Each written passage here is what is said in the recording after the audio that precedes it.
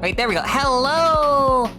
Hi! I forgot to turn down the volume of my music before doing the stream, so whoops, you guys got to hear the jams at full volume for a little bit. Hi, Salty Boy. Hello. It is good to see you as always.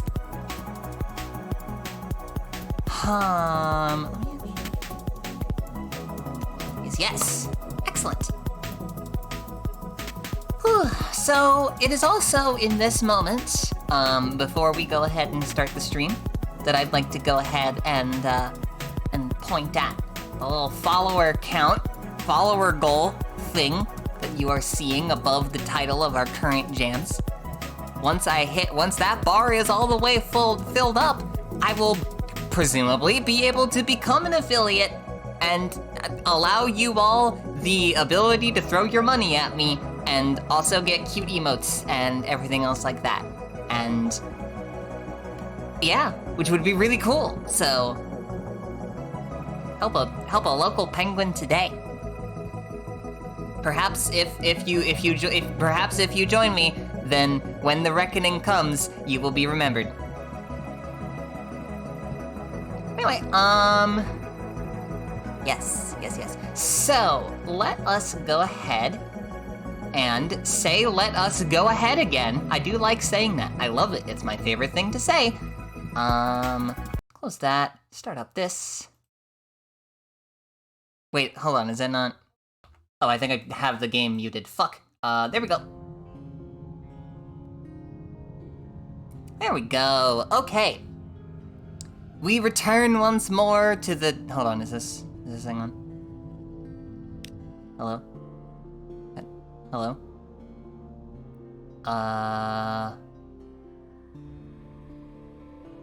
Oh, what the fuck? Okay, I'm having a great one tonight, folks.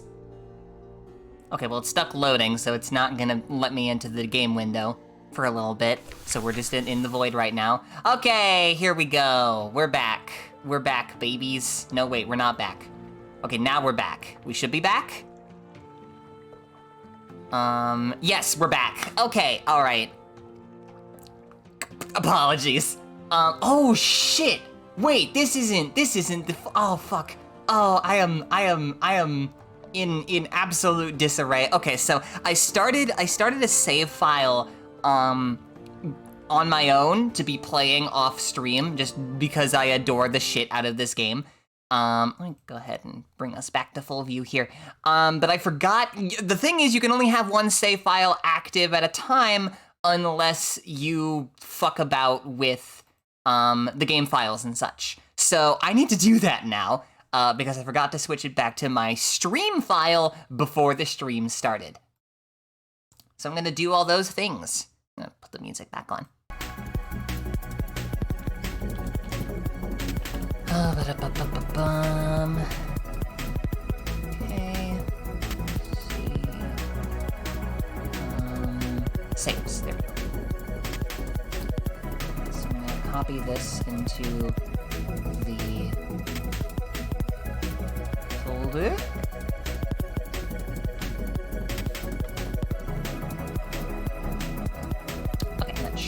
should have us ready to go here. Okay. Go ahead and just boot up the game. See, and it's for great content like this. It's for professional stream qualities like this that you should consider following me and helping me become an affiliate. Of course. The only sensible option. Okay. So, we're back, and this should give me the correct save this time. Just as soon as it's done loading the game. This initial loading screen takes a while because it basically has to load the entire whole landscape. Here we go. Here's Lynette Bachmeyer. Okay, so a couple of things happened off stream. I did a little bit of playing off stream. You'll probably notice that we have a shit ton more money than usual, and that our terror has also gone down about halfway as it was before. I did a bunch of Sphinx Stone trading. I just did more of that off stream. Just because I was gonna do it anyways, and didn't feel like putting you all through that. But I had to stop eventually because something interesting happened. The Deliver the Sphinx Stone option became this. So, let's see what the fuck is up with this.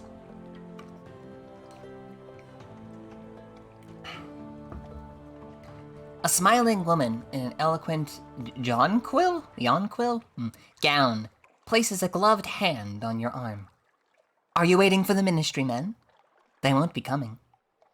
But I have a proposition for you. Her skin glows with health. Her smile is wise and merciless. That stone's full of old memories. The bazaar has been drinking them. She nods at the spires that loom over London, the dark limbs that sprawl through the streets.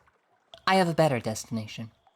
Help us bring light here below, and we will reward you. Reward you richly. Rich reward, light, these are happy words. Ooh, or refuse those bright, bright eyes, the unmistakable mark of the Dawn Machine. None understand the Dawn Machine, but all fear it. Who knows what its motives are? Or hers? I think that we should... I think that I am interested in bringing light here below. That seems good. Light is a good thing to have around. Not being able to see kinda sucks. Captain, thank you. You are clear of eye and clear of spirit. Bring the Sphinx Stone south to the Grand Geode. It was an Admiralty base once. Now it's something wonderful. She kisses you warmly on the cheek. We'll see you soon. So now, we deliver the Sphinx Stone to the Grand Geode, somewhere along the coast to the south. Convenient, because I was gonna head to the south anyways. I was interested in checking out what the southern coast has to offer, so we can just hit this up on the way. Oh. Captain, wait! She gave you an errand, didn't she? She serves a certain power, a bright one, but not a friendly one. I have a counter-proposal. Will you listen? He stoops like a clerk and coughs like a miner. But that frock coat is of the finest fabric and the newest cut. My name is Penstock, he says. The bazaar has been feasting on old memories from the Salt Lions.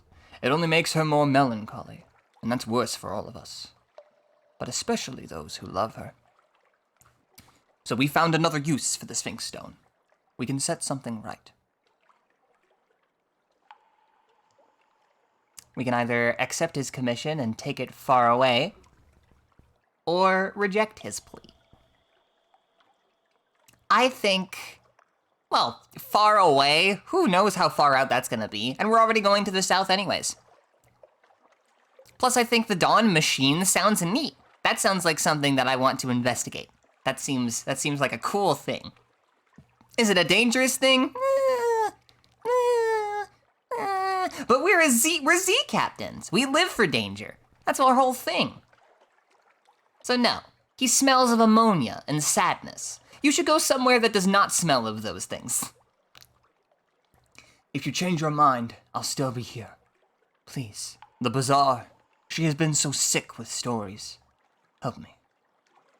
Help her. I'll have to pass, my good sir. Do we have a new recruit? Engage an officer. We already have an engineer.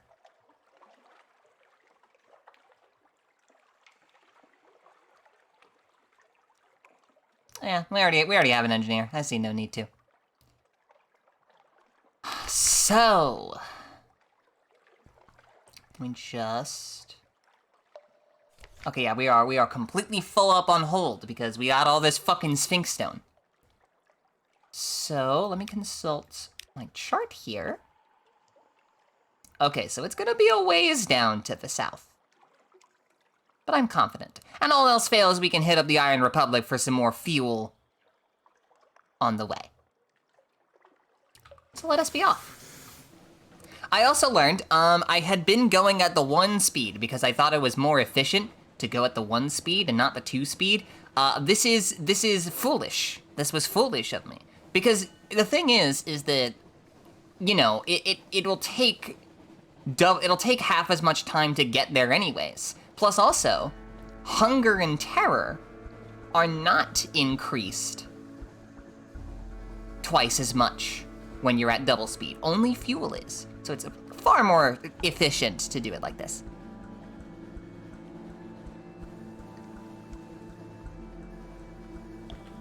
Let's be without the lights. Sail on fuel a little bit. Ooh, wait. Can hit up Mutton Isle on the way. Get a port report. So, before stream, I was actually, hanging out with my roommates who were watching the, Creators Clash, which I didn't know that was a thing that existed. Apparently it's a fucking boxing event. Wait, oh. Is there something in the air today? I'll talk to you later. Is there something in the air today? A restless breeze? Approach the dock, it's probably nothing. Oh, thank you, Bonicula, for the follow. Hey, howdy, and hello, Raydell. Nice to have both of you around. As we investigate what the fuck is going on here, I've been here before and it was pretty innocuous, but Mutton Island bustles. Villagers scurry on countless errands. The smell of baking fish wafts from ovens. Locals touch up the whitewash in their cottages. Bunting crowns the village. Max points for getting the name right. Yeah, I am good at words. Or at least I think that I am. I am able to, if I am able to gaslight myself into thinking that I'm good at speaking English, then what's the difference? Locals type, down on the shore, a band practices. And beyond, among the rocky shoals around the island, drownies begin to congregate. Sorry, much too busy. A royal visit? You look for someone else. You manage to get a few moments' attention from the custodial chef. Not chef. I literally just said that I'm good at English. What is wrong with me? It's the Fruits of the Z Festival, he tells you. The 30th. 30 were promised, 30 delivered. Now as Complexity comes to visit our fair island. Can't stick around for long, sadly. Yes!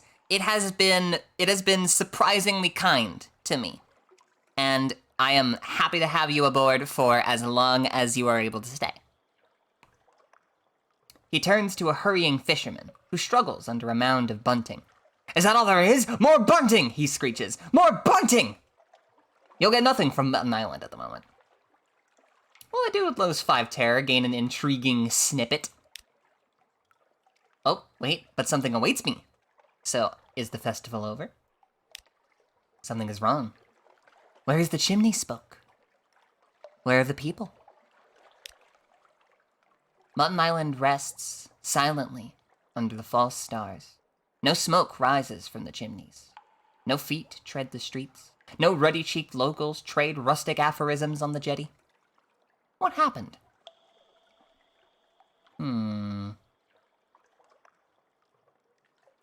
Explore the shore. Shoes litter the length of the shore and bob in the sighing surf. Sunday best boots, solid farmer's shoes studded with hobnails, small, neat, children's shoes with gleaming buckles. Wherever the inhabitants went, they went barefoot. As someone who loves martial arts as an art form, the creator clash does have my interest. Yeah, I was about to say that, like, I don't know who came up with the idea, but I got to watch a Minecraft YouTuber and a TikToker beat the ever-loving shit out of each other, and I think that they have done the world a service for that. Investigate the cock and magpie. It was the heart of the village once. Most of the brasses still hang on the beams, but now they are joined by an incongruous studding of barnacles. Behind the bar, the floor is littered with empty bottles. You test the beer kegs. Also empty. The cellar is flooded with 3 feet of Z-water. Drowned rats float softly, slowly across the surface. Investigate the hill. The hill is strewn with dead fish. Silvery scales shine under your lamp. Glassy eyes glint. You come across the old stone well and peer in. The water is high. A salt reek rises from it. On the hilltop, a wicker figure stands. When it was built, it must have been 10 feet high. Now it is slumped and sagging. The papier-mâché of its skin has sloughed away, but it still wears a knobbly crown of coral.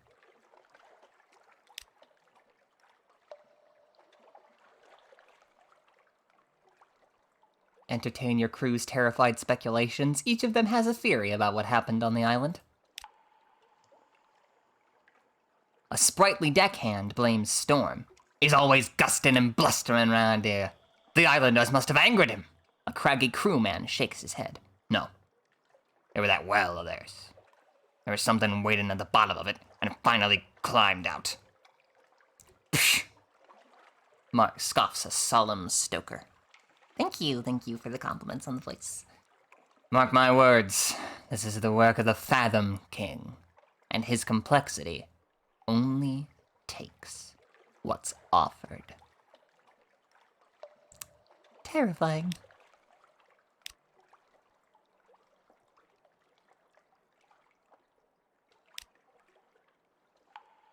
You check house after house and don't find a soul. The carpets squelch underfoot, oozing Z-water. The curtains drip.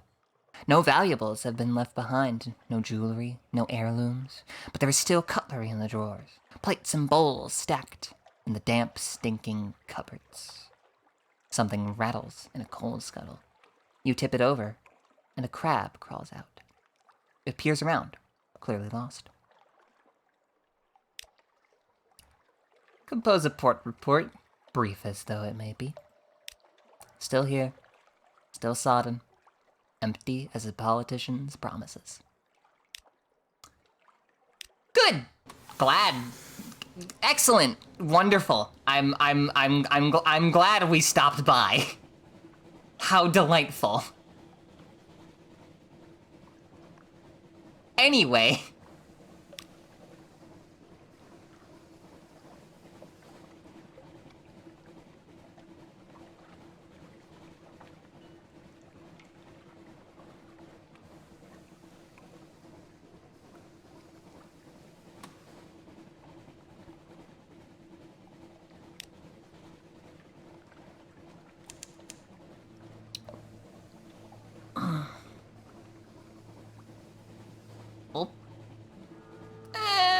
We don't need to fight that crab. I think we're fine without fighting that crab. That crab can go about his merry way, undisturbed. Oh, we once again find the canal. Is that a mushroom crew being? Yes! Yes it is, odd old one. Also, hello. Welcome, welcome. Glad to have you. We are sailing the sea yet sunless. Yet more sunless. I don't think that... I have a very strained relationship with the English language today, as you can probably ascertain. But it is no matter. Let us head to harbor here. Command canal staging area. Gather information for a port report. Okay. And then continue on our way.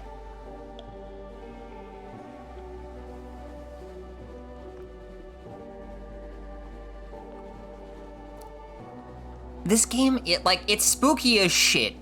Like, this game is spooky as hell. But also, it's just nice. Just because you can just sail along and just kind of shoot the shit. Okay, so we approach the Iron Republic. Great.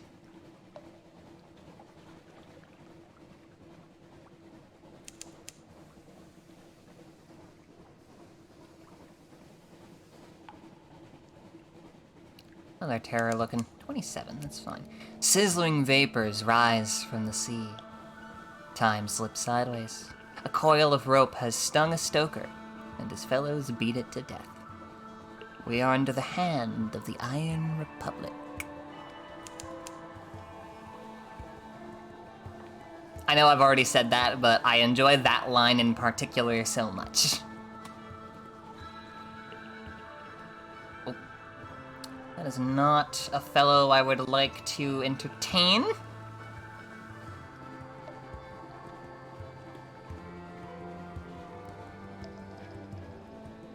Neither is that.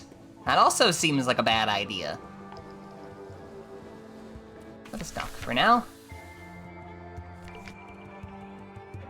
The market always sells fuel. Use a market storage choice for more goods. That's okay. I just want fuel. That's it.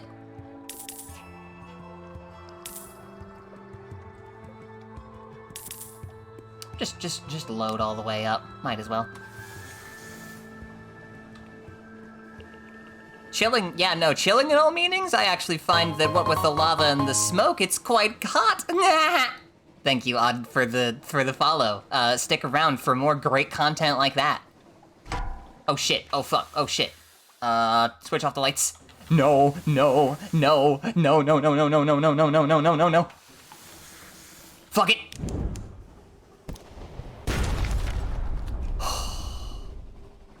You pushed your engines too far too fast. Sailors scream, flames rage. Oh, I succeeded. Okay, bandage the wounded. You saved injured sailors, but the ship has suffered terribly. It sure has. I'm leaving. I'm leaving so fucking quick. You have no idea.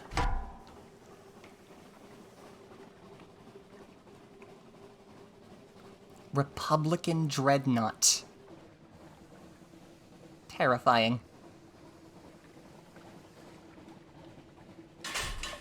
Okay, excellent. Good. Glad. No.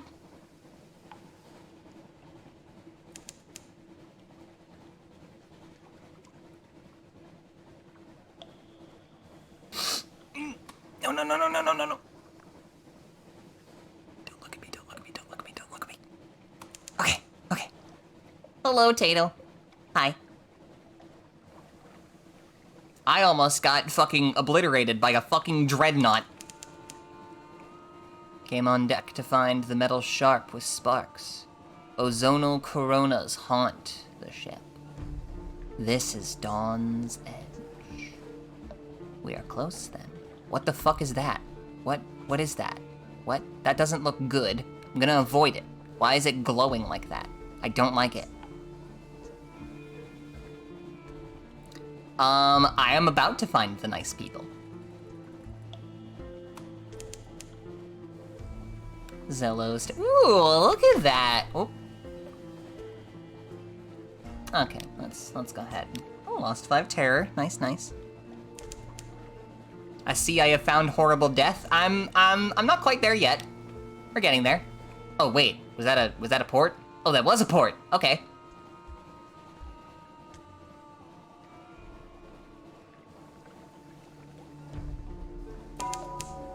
Oh, I mean, it makes sense that this is the Grand Geode. A distant song, like a mirage. A naval base with the Royal Navy's emblems, curiously amended. Efficient, bright-eyed women and men work briskly everywhere you look. They are singing hymns with unfamiliar words. Hard-faced Royal Marines watch you carefully, barring entry into the geode's heart. A plaque by the docks has been defaced with orange paint, but you can still make out the original inscription. Station 5, adjunct.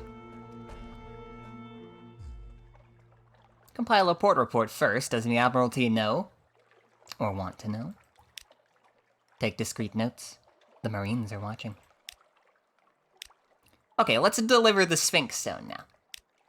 The stones! Marvelous! The bazaar is the enemy of our light. It's the enemy of anyone with eyes, too. Nasty, greedy, tentacled thing. Well, our light will sort it out. You'll see. Because you have eyes. And wonderful eyes they are, too, if I might say so. This stone of yours will help. And we reward those who help us. Here, a bundle of banknotes. Here, a monograph on perception. And here. She leans forward and kisses you, once on each eyelid. As she draws back. Thank you, Radel. As she draws back, the world is changed.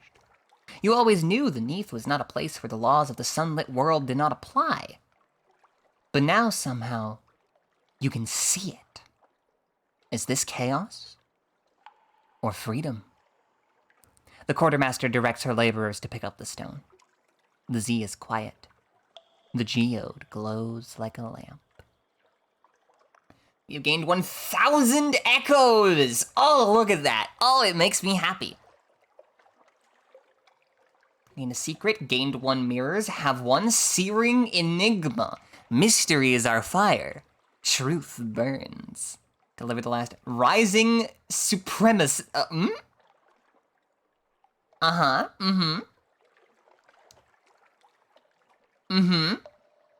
Menacing. Yes. You missed a letter, but you got the spirit. You missed 2 letters, actually, but you still got the spirit. Anyway, asked to speak with someone in authority. What is this place?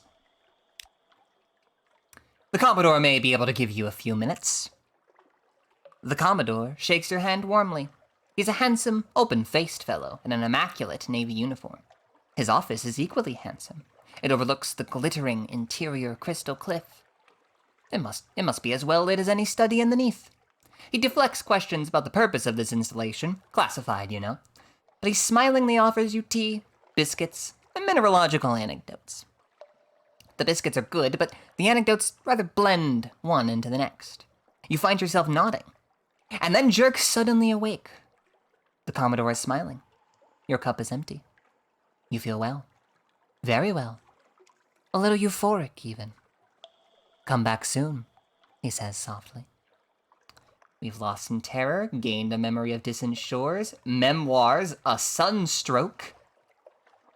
You've spoken to the Commodore in Grand Geode, but your memory is a little hazy. And also menaces, yearning, burning. What the fuck is that? Can I look at that in my journals? I can.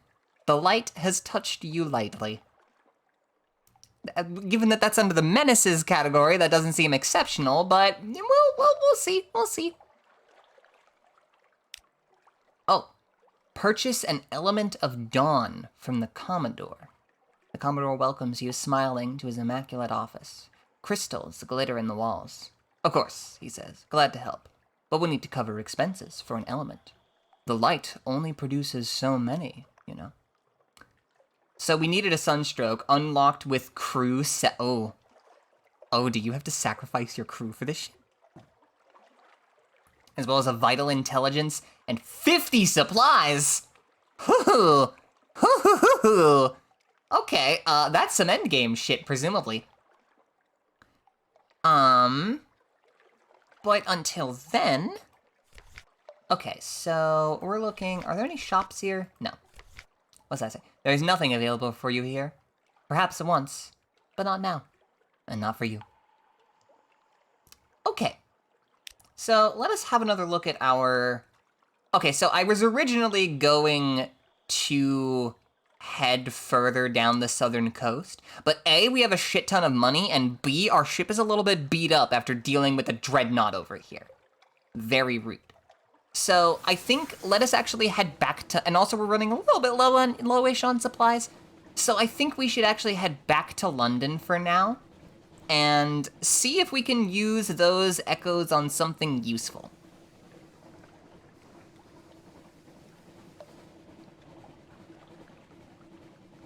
But also going this way, because I don't want to get into trouble.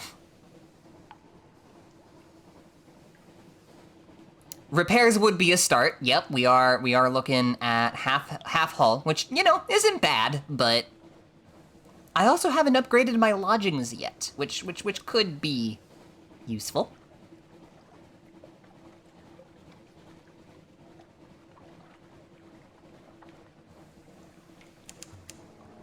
This universe is one of my all-time. Yes, I have been reminded of how much I fucking love Fallen London by having played this game. Ooh. Thank you, Alaric Garant, for I hope I pronounced that right, for the follow. But yeah, no, I love this game so much that it actually got me back into playing Fallen London.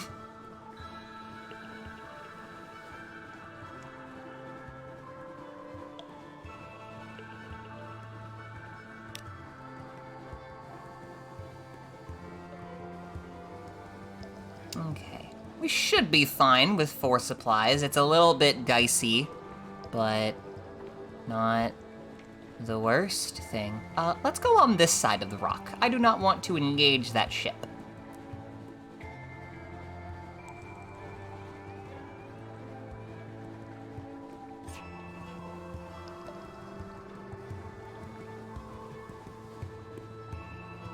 Core memory of why I love pirates and sailing so much. What is that memory? I'm curious. The further, yeah, but also the further south you go, the further anywhere you go, really. But yeah, no, we don't have much else to do while we're sailing the high seas, so tell us your pirate story, Salty Boy.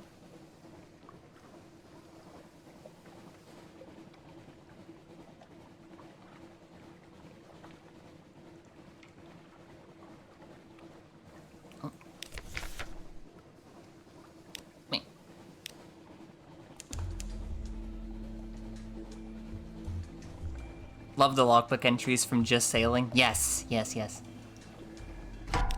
Oh, it's a fucking gilliflower.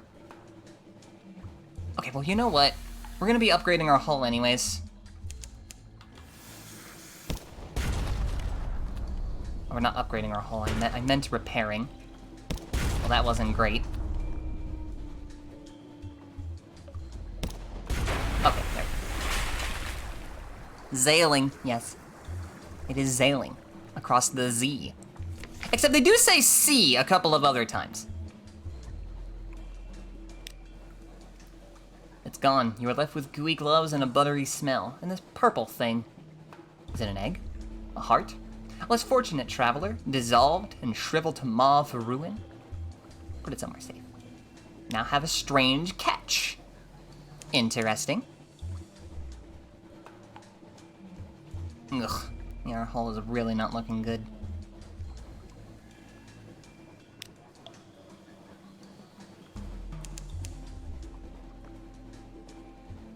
That is, yeah, that's fair. It's a Z. It's a sea called the Z. That makes total sense.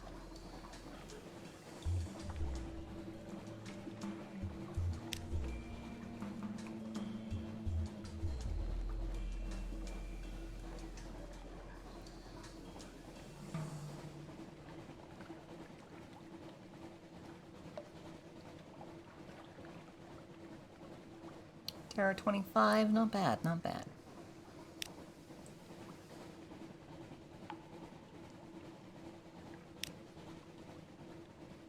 Go stop by. Amazing site, thank you, thank you. Let's go stop by Mutton Island to see if there are any updates.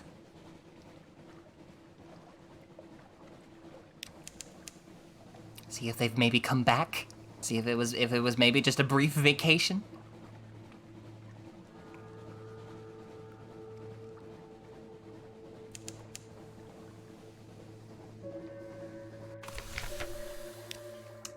No, it would seem not.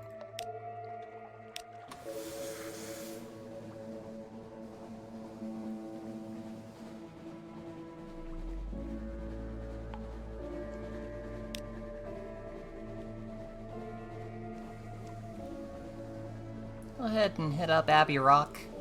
It's on the way. I was a young salty in elementary school when I was invited at my crush at the time's house. Just randomly mentioned pirates. It was then that she yelled out in passion that she would love to be a pirate queen. Oh my god, that's adorable.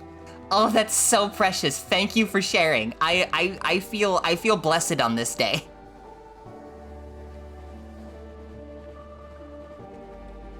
Oh man, I'm just gonna stop by and deliver a port report. Oh wait, knock at the iron-studded gates with news. Perhaps they'll find it valuable. The muscular prioress, the abbess's lieutenant, comes to the door to listen. She nods and makes notes. She pays particular attention to news of marsh beast predations and the traffic of the rooftops. In return, she offers a rather perfunctory blessing, but the blessing reassures your crew. Okay. Wait, did I actually do a port report? Okay, yes I did. Okay. Now you're an old salty who's seen many a seas. Oh my god, have you traveled? I haven't, like, done basically any traveling. I haven't, like, gone out of the country at all. I barely ever go out of the state at all.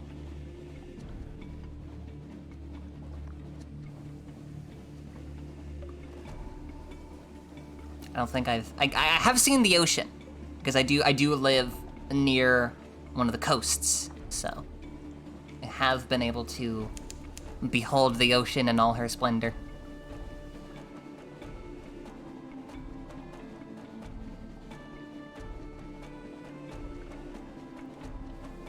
Traveled a little bit. Half your family does live in Spain. Ah. Yeah, I do need a bigger boat. I don't know when I'll be able to afford the bigger boats, because I currently have 2,000 echoes, but that is not, I fucking sailed right past the goddamn docks. But yeah, no, a bigger boat is definitely, like, once I upgrade my lodgings, it is the next item on my agenda, is bigger boat. And I'm hoping that to the south, there might be opportunities for profits. Collect messages from the harbor master. Okay. Also, there's this guy. I guess we haven't accepted this yet. Wait, hold on. 10 fuel and 5 supplies. Well, my patron hopes that you find these little gifts to your liking, and he expects that perhaps someday you might choose to call on him at the Medusa's Head. Should that day come, we will make you very welcome and give you any safe conduct what you might require. Good evening to you. He salutes and is gone. All right, that's gonna be great for stocking up for our southward journey. Okay, for now, your lodgings.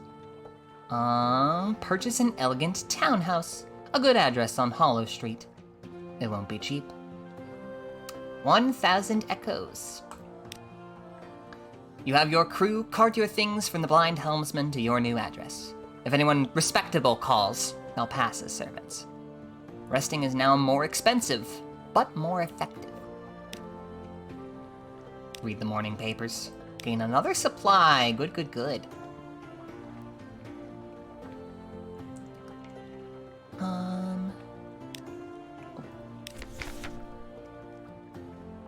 Visit your study, a private sanctuary. Once your lodgings were large enough to support a study, you can create items such as an ironclad will, a whispering trophy cabinet, or a Song of the Z. Let's see what I can do here.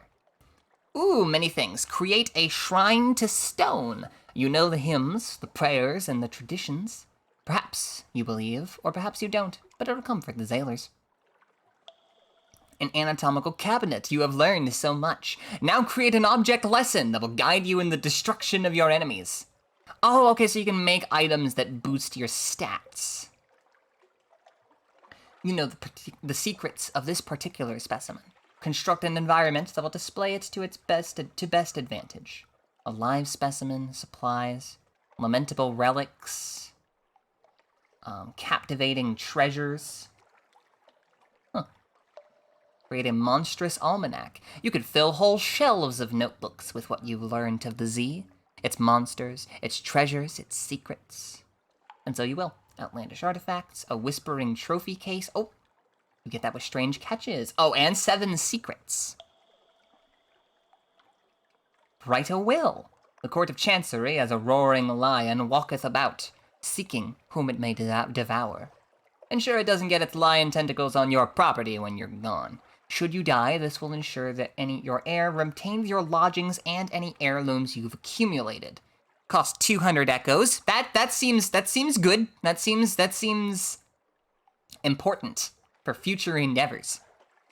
So I don't have to go through the trouble of upgrading my house all over again. The lawyer peers at you like a vulture composed of crocodiles. I love that sentence. Come now, she creaks. There's a few years in you yet. But your caution does you credit. Sign here. No, the ink is fine. This isn't the brass embassy. Oh, it only costs 100 echoes. But you need 200 in order to do it? Okay. Wouldn't mind sleeping in a comfy boat. Don't think you get seasick. See, my problem is that I don't get seasick, but fun fact about me, fun fact about the person who chose to associate herself with penguins, your girl got thalassophobia. I am deathly afraid of deep water. Convert captivating treasures into heirlooms, and they'll adorn your lodgings until the day you die. After that, your family will probably sell them. This is a way to pass on money to your next character. Okay. And you'll need to pay a small fee to write these treasures into your will. Also, convert outlandish artifacts into an heirloom. Okay. Well, ooh, wait, this is the thing. This is the thing. Oh, Jesus, you have assembled a store of lore and a collection of antiquities. Your knowledge of the Z rivals that of any captain of history. Write it all down.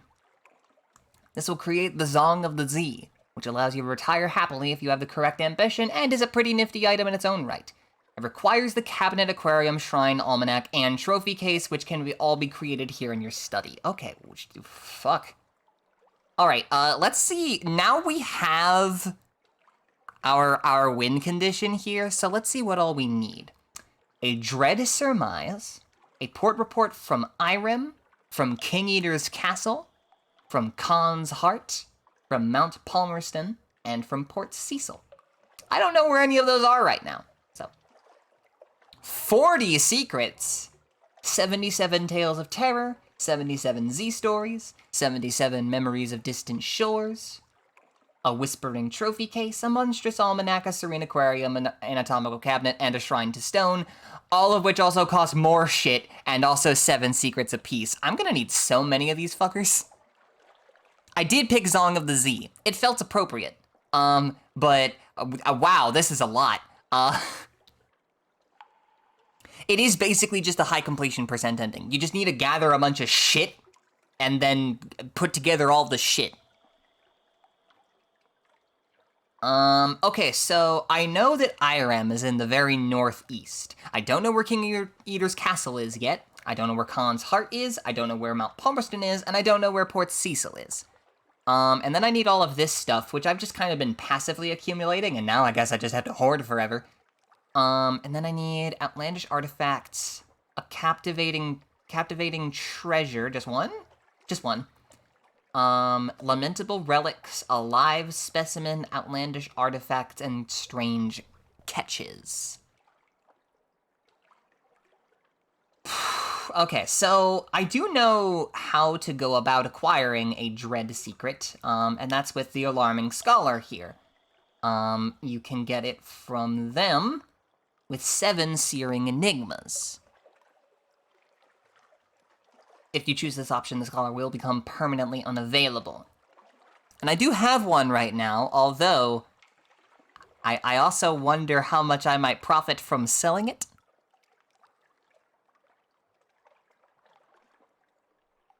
This is the rough part about this ambition, because it requires you to hoard so much shit, but all of the shit that you hoard is so useful. You can sell it for so much.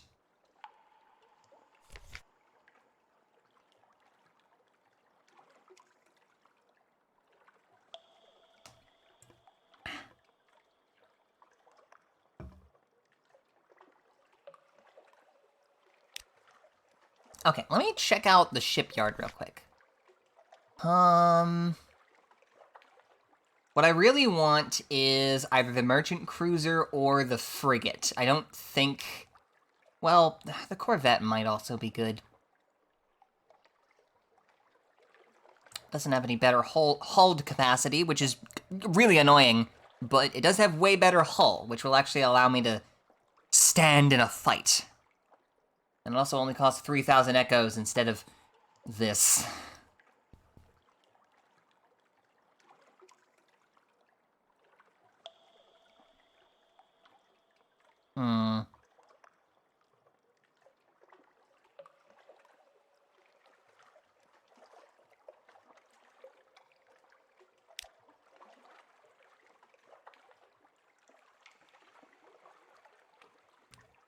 We'll see. We'll see. We'll see how much money I end up falling into. Let's...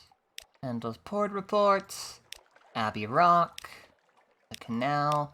Grand Geode. The Grand... Yes, of course. We're generally quite well informed on that topic, but since you're here, perhaps you may as well let us know what your own impressions were.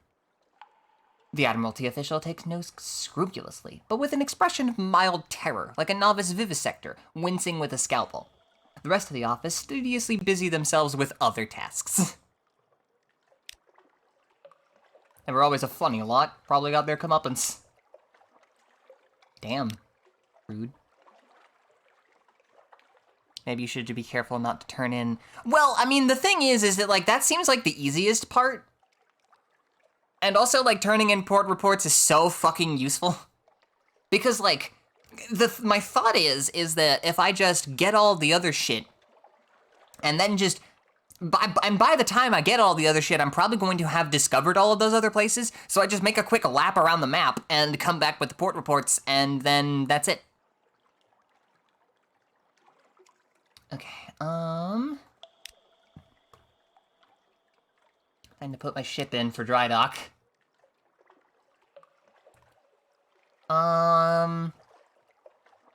Yeah, I need to be in the Admiralty yards. Okay, good.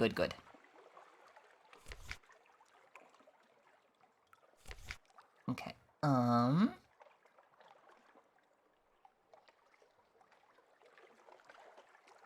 anything? No, okay. I don't have a cook.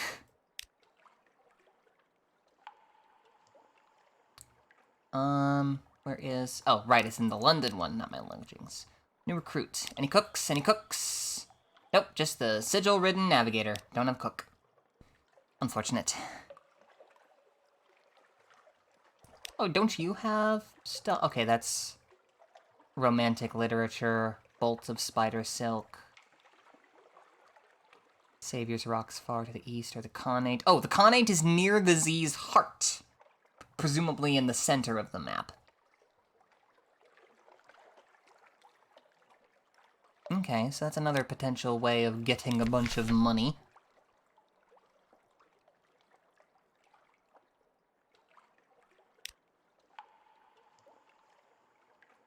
Okay. Yeah, the sigil-ridden navigator. Yep, I'm aware. He does not look like he's having a great time, but Okay, so let's load up on more supplies. I think 12 should be sufficient. And I think we just head back. Wait,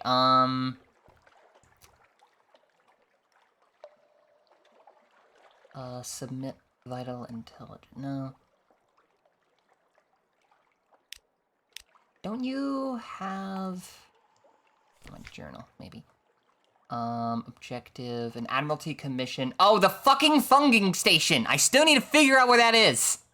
Okay, well, let's go to the south, and while I'm down there, on my way down there, let's see if I can find the fucking funging station.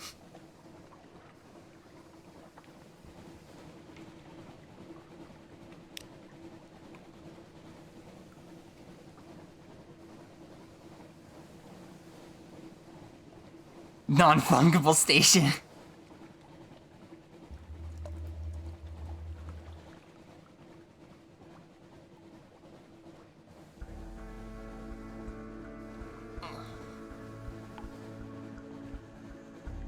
Go ahead and stop by the lightship, deposit some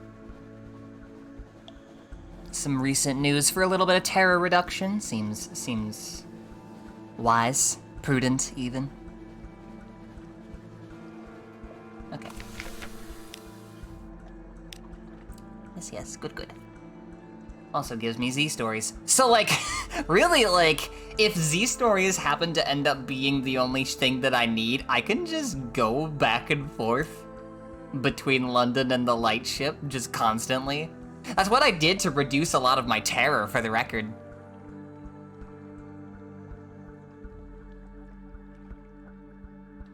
Okay, let me consult my chart once again. Okay.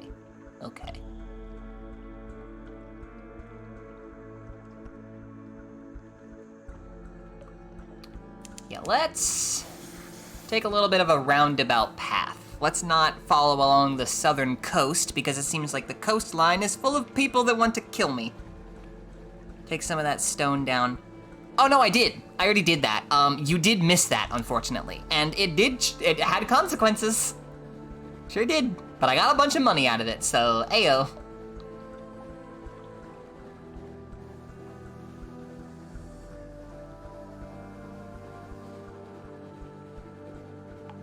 Let's go hit up Abbey Rock for yet another port report. Might as well, I'm in the area.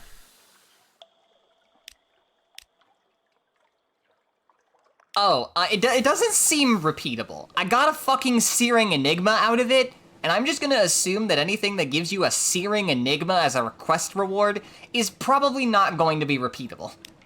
Otherwise, that would be way too easy.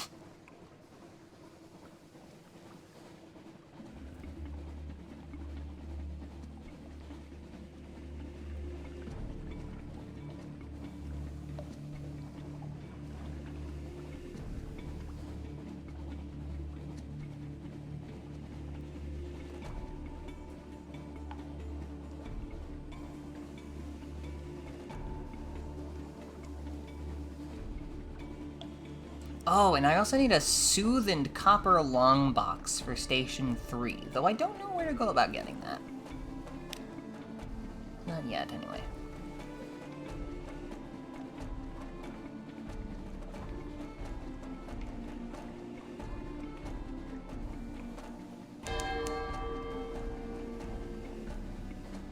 Oh, that's not a friend. That's a foe. Stalagmites loom in the distance like the cranes of Wolfstack docks, but vaster, the corsairs of forest. Our lookouts are watchful. Delightful. Good.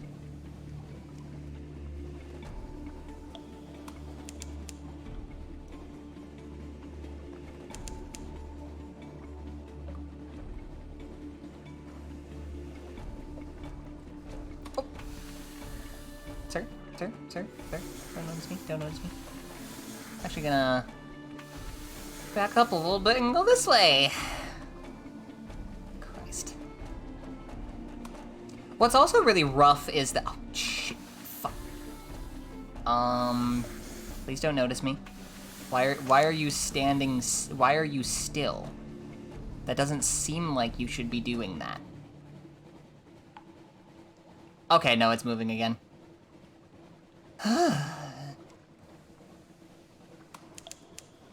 Discovered Gator's Mourn. What's a gator? Am I able to cut underneath this bridge? That's what it looks like. Woo, yes I can. Excellent. Not that one though. That one's just the ducks.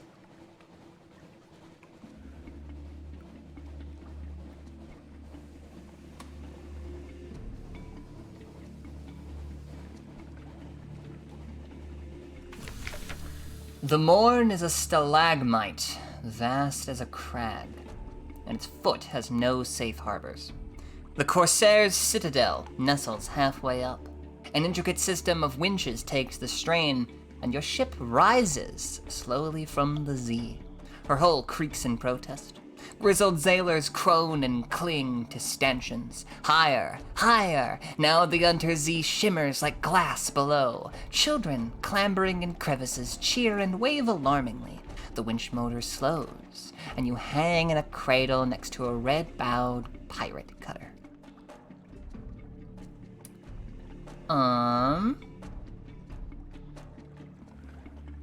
Trade a drowning pearl for 2 soulless fruits. Gather intelligence. Oh, Gator's Mourn swarms with pirates, smugglers, and captains of uncertain allegiance. You can learn a lot here, but you'll need to go carefully. Surely it's fine. I failed. You and one of your more villainous-looking sailors join a dice game. Villainous-looking, but you know for a fact that she tithes charity and has a delightful singing voice. The topic turns promisingly to pillage and ambush, but your sailor is a little too forward with her questions. There is a scuffle and a stabbing. You escape. She does not. Ah, I have lost a crew now. Got that port report though. I'm leaving. I'm leaving now. I get the feeling that I am not welcomed here, and I am going to take my leave. Goodbye.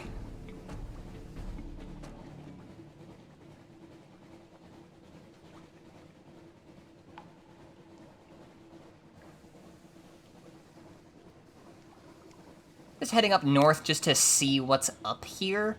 Because if that funging station is up here, then otherwise I would have been all for naught.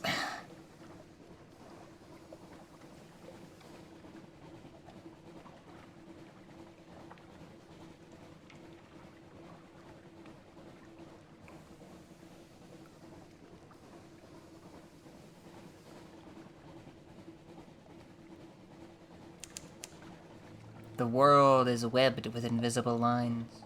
You've crossed one. Tighten them, and it would split like a fruit.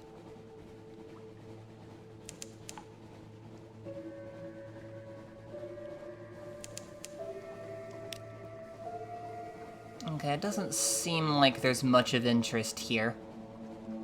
Back around we go.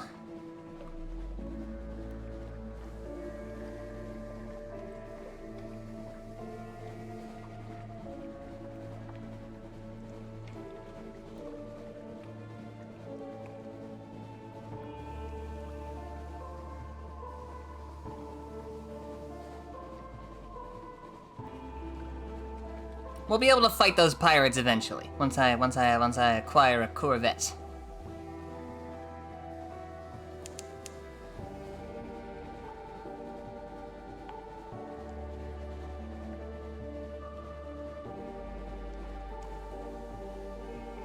What a wonderful way of meta saying you've entered a new danger zone. True, correct. My thoughts exactly.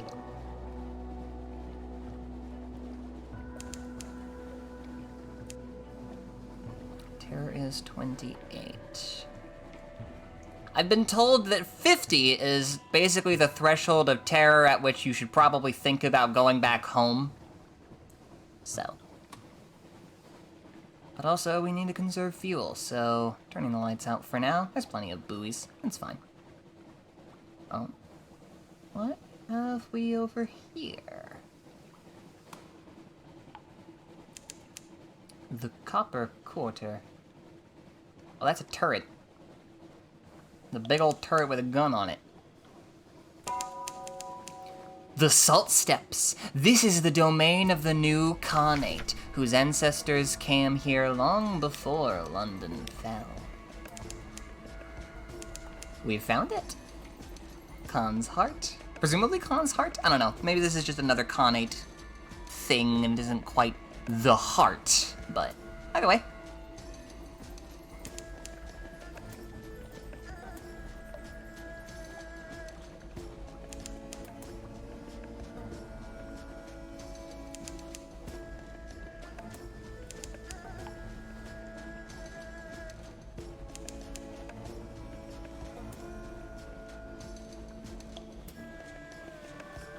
Lots of fragments from discoveries, though. Love to see that.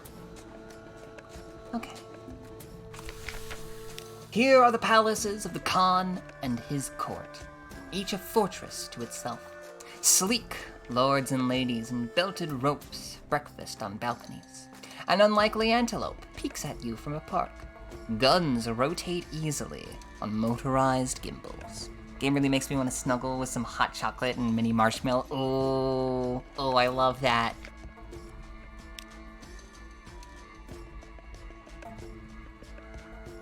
Oh, okay. Petition for access to the Nephrite Quarter. Unlocked with 5 sacks of dark drop coffee beans. The Khan himself has a notorious weakness for coffee, and his court follows suit. Oh, and then these guys have a fondness for drowning pearls.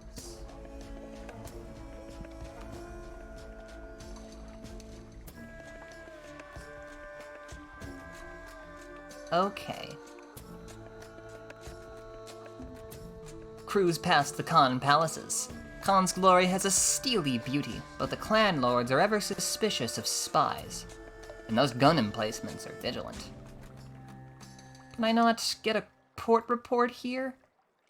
I guess I would need to offer gifts and gain access to the quarters before I can even get an idea of what's going on around here.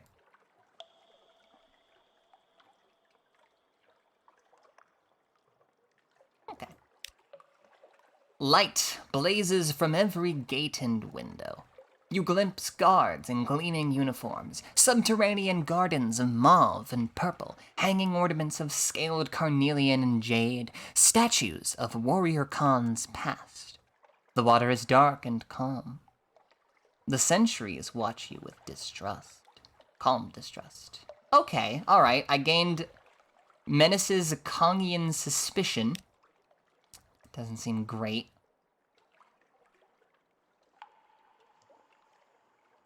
Take a meeting concerning a matter of no importance. Officially, a formal servant of the Taimen, who did not engage in the gathering of strategic information, did not disappear to the Untersee port of Anth, which officially does not exist. At length, you hear what this servant did not look like, and strict prohibitions against pursuing him. Officially, no one in Khan's glory would have any interest, or be at all inclined to reward you with money and connections if you were to go to Anth. They would not care for a report of his situation, or any information that he may be unable to bring home. Alright, I guess we have a side quest now. Excellent, excellent. Okay, so going back over this way. Okay, yeah, so there are these red lines that basically section off the Z into grids. Oh, and there's Khan's heart. Okay, the Copper Quarter. Okay, so that's how this works. So Khan's heart is over here. I just need to gain access to it.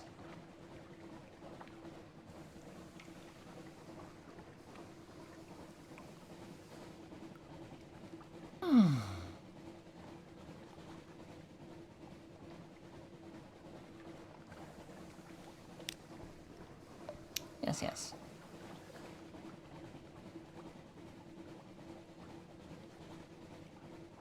Someone is playing a piano outside. I didn't know we had one of those. Well, more realistically, probably. Oh, no, that's that. Oh, that's the ukulele.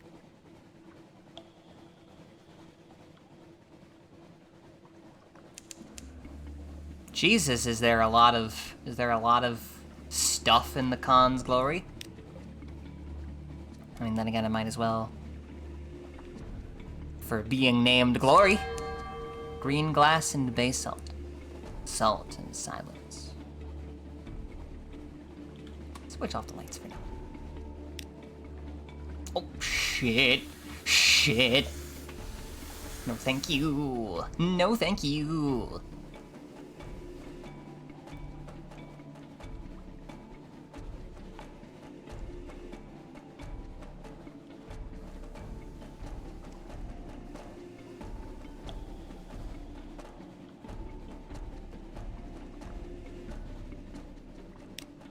Okay, we are now back within these bounds.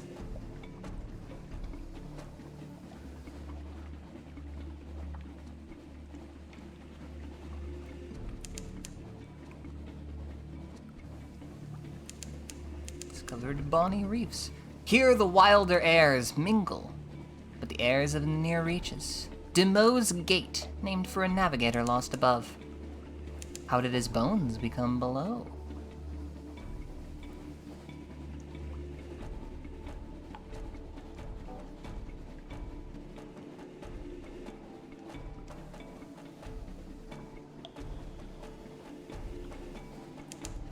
This damnable fog. Demo Island! Let's have a look-see.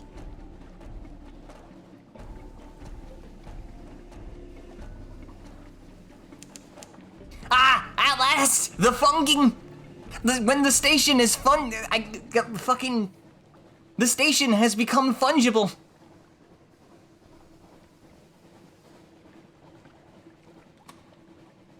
Oh, there's a fucking pirate right there.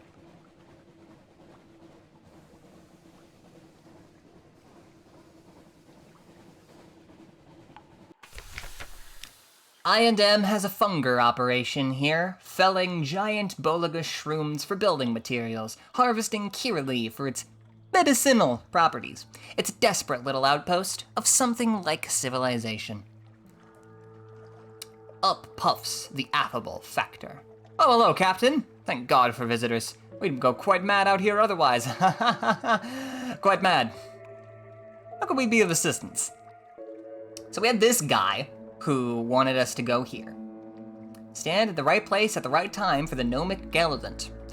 I don't like comedians. I'm a very serious man. But we agree on one thing, timing.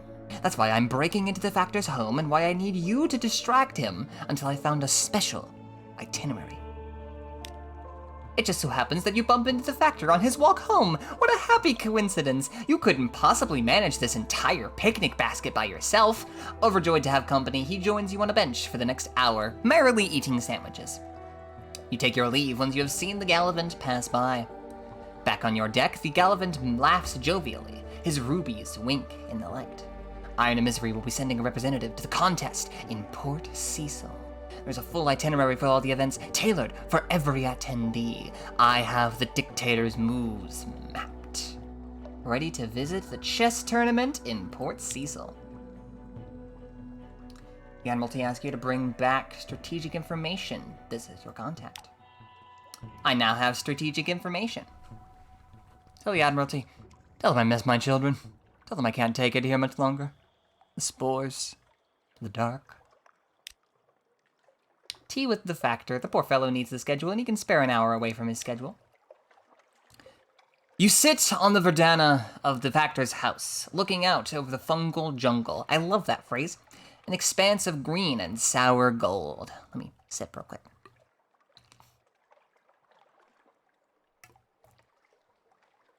Even the tea has a hint of mildew. But the Factor is good company.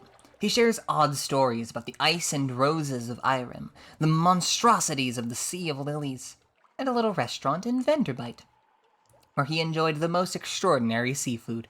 Venderbite, I know! I'd never met a tomb colonist who could cook, but you must visit the place. Do you know it? He also has a load of Boldagus frond carted aboard your ship. He waves away your things. I have eaten so much of the stuff that I fear I might be transformed entirely into fungus. He leans confidentially towards you. It happens, you know. But one does rather have to eat a lot of it first. We've gained the supplies, we've been told of an exceptionally fine restaurant in Venderbite, and lost a little bit of terror. Compile a port report. And be on our way. Excellent. Good. Very glad, very glad. Okay. Oh, who the fuck? Who the fuck? A what? Lures a submerged Z-beast to the surface. Oh, it's the pirate. Okay. Well, never mind me.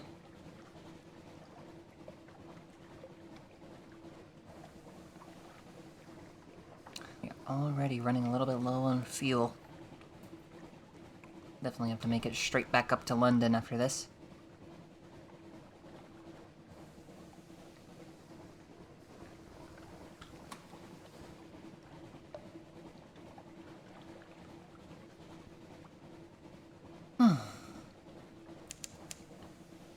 The water is sluggish with hyphal threads. Violet vegetable bulks break the surface. Myceligaia.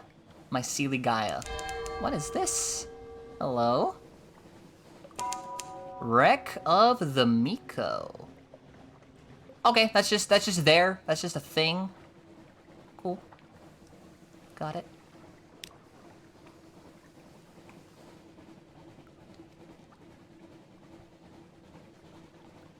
Oh, wait.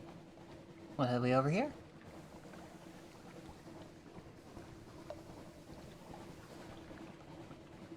Pirates.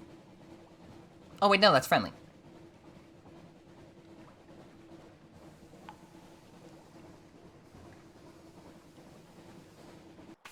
The Utter Shroom. The queenly core of this spore-haunted sea. The Chelinate? Nope. Climb the fungal fiber ladders to its summit. Shaggy, suspicious villagers scratch a living here, amidst endless clouds of spores and scurrying mobs of plant-animal hybrids. None of them ever leave.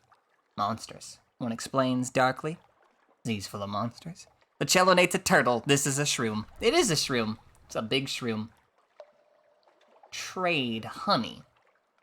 Everyone wants honey. Life on the Utter Shroom is unvarying and occasionally deadly poisonous. The Shroomers are desperate for the diversion that prisoners' honey can bring, but vague about what they can pay in return. Supplies, though, at least. Gather intelligence.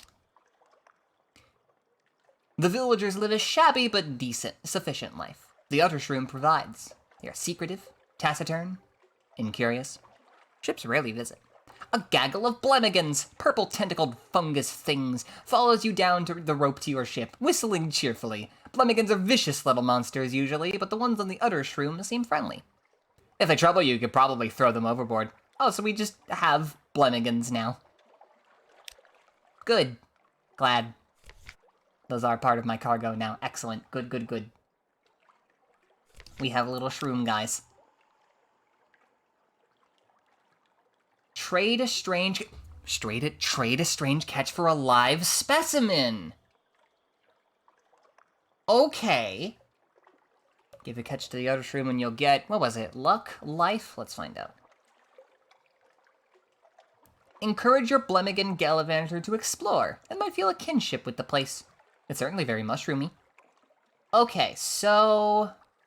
live specimen. So that's what we need to make our aquarium. Although, I don't have the secrets for that yet. How many of those am I sitting on? I'm sitting on 5, so I'm getting there. I mean, let's go for it. Within the hour, purpomycelium spreads throughout the flesh, colonizing your ketch with a new vascular system. Another hour, and the ketch begins moving again. In the 3rd hour, it starts rhyming. Before it begins composing couplets, you whack it in a jar and store it in your hold. Fascinating. Your ever-present Blemigan is, for once, nowhere to be seen. The engine room is quiet. Your maps are exactly as you left them. Not one is defaced or crumpled into a ball. Finally, you spot the tip of a tendril poking out from under a pile of unwashed clothing. Your Blemigan indicates that under no circumstances whatsoever will it be emerging. What could be so bad about the Utter Shroom? Did the other mushrooms bully it? Okay. For now, we continue on. Wait, that's a buoy. Oh, don't want to bump into that. Okay, we continue. Oh, that's a crab, that's a crab, that's a giant crab, that's a giant crab. I do not want to attract the attention of the giant crab!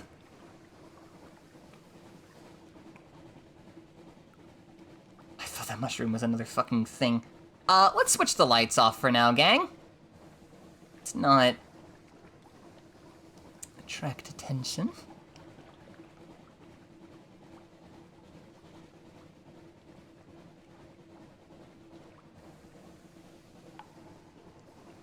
It is not time for crab. The time for crab will be later. Okay. Terror is at 35, and with my fuel and supplies looking like what they are, I should definitely think about heading back to London. But I want to explore the southern coastline first.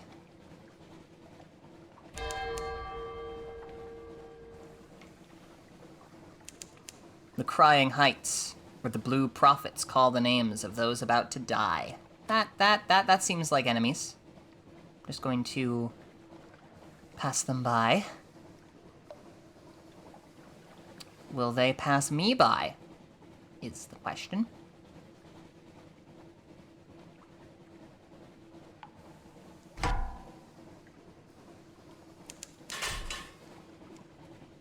They do. Okay, good. Good. The Carnelian Coast. Far to the south, the Neath roof glimmers above the mountain of light.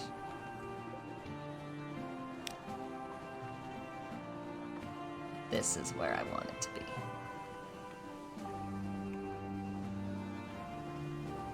There are many creatures that wish to greet my vessel, yes, and I will not allow them.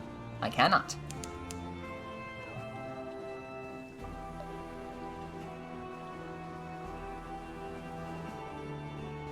Though it seems increasingly like I must.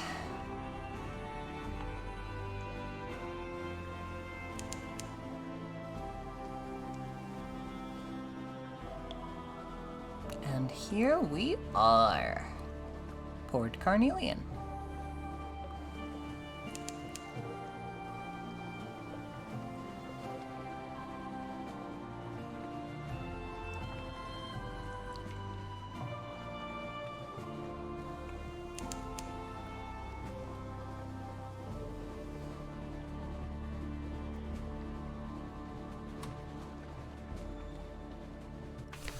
Fallen London's sole imperial possession. Treasure it. Okay. London's first Untersee colony sweats under a blanket of southern heat. To the right of the dock, the sapphire mines yawn. To the left, the governor's house stands, prim as an Elderwick mansion. Behind lies the fungal jungle, ghostly in white and violet.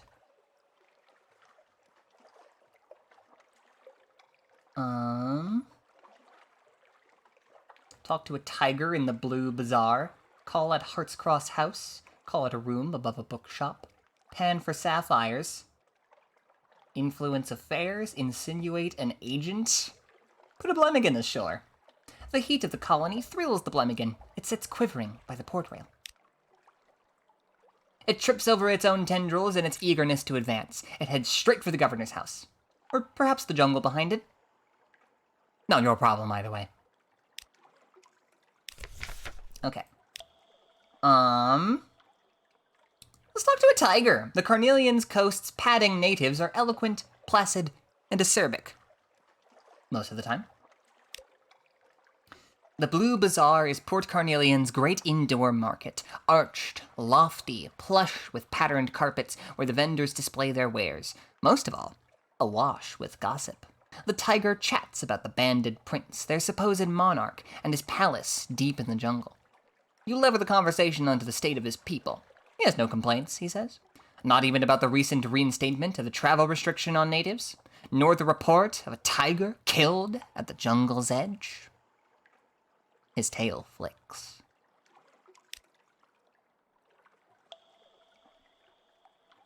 Okay. Do we have shops? We do. Oh, we have supplies. Oh, the supplies are less expensive here than they are in London. The fuel's a little bit more expensive, but I think that's not quite as much of an issue. You can buy Sunless fruit. Costs way more than it sells for, but you can do that.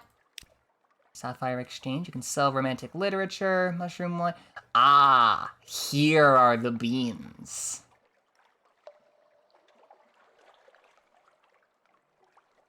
The beans, the beans, the beans.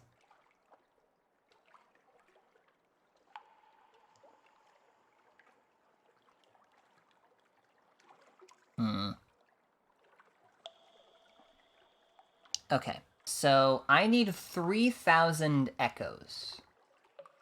Wait, how much do the beans sell for back in London?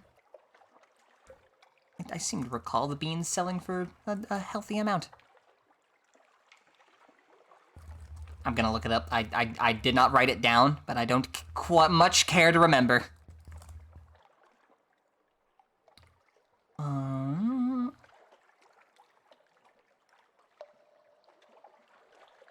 Oh yes, they sell for 44 echoes each.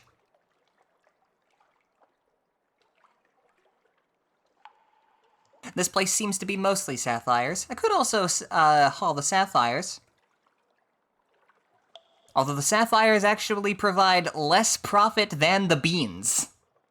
The beans are where it's at. Okay, let's stock up on supplies to make absolutely certain that I will be able to make this journey.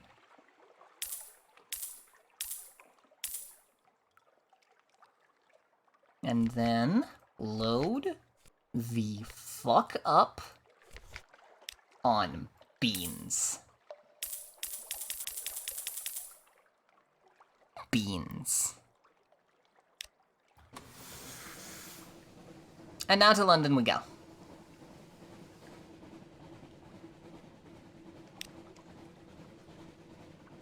Well, maybe we can stop by Pigmode Isle on the way. Oh, double whirlpools. Great.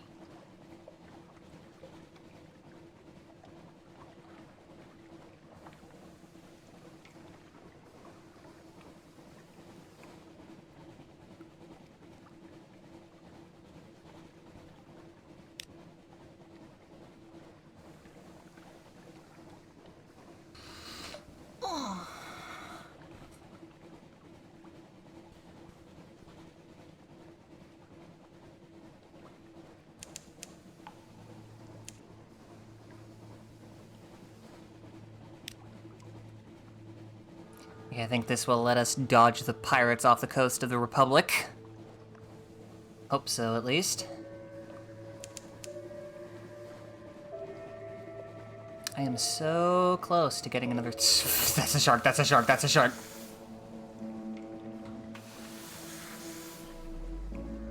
Am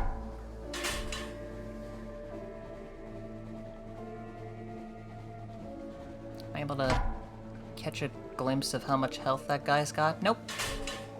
And I don't much care to try. Oh yeah, my terror is not looking spectacular at the moment.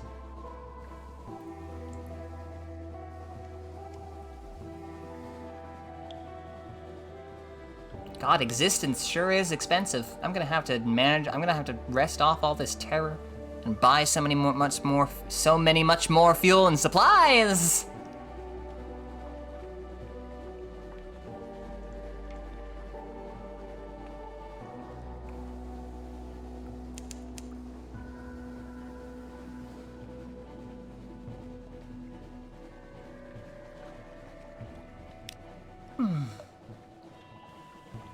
What will we do with a drunken sailor? What will we do with a drunken sailor? What will we do with a drunken sailor early in the morning? Way and up he rises, way and up he rises, way and up he rises early in the morning.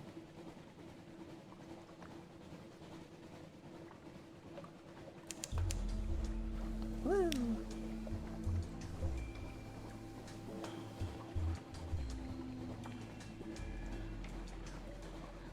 Stop by the canal.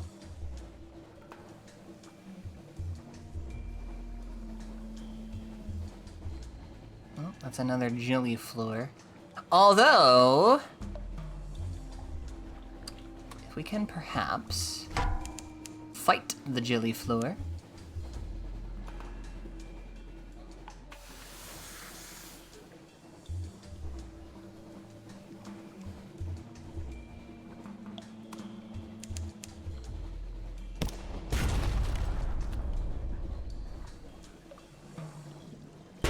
Ow.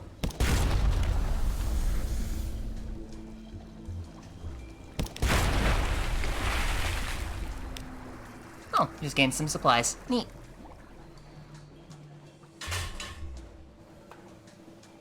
Oh, well and good. Let's head back to harbor here.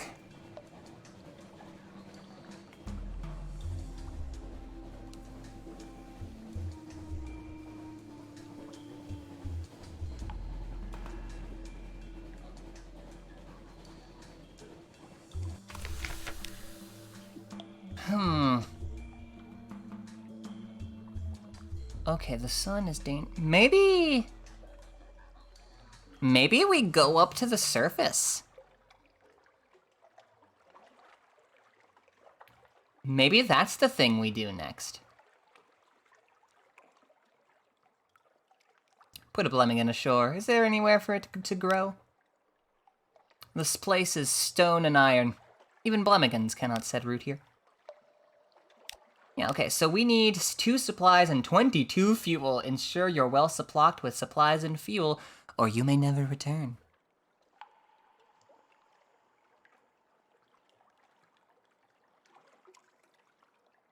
So yeah, I think once we head back home and sell off that strategic information, we can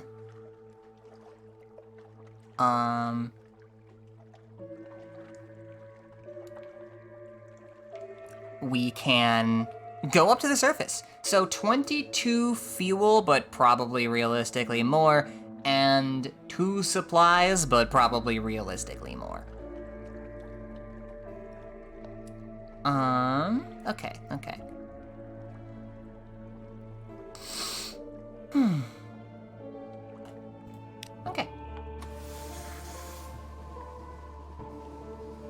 Just, I think you could sell your beans on the surface for Mega Dosh, just, the sun.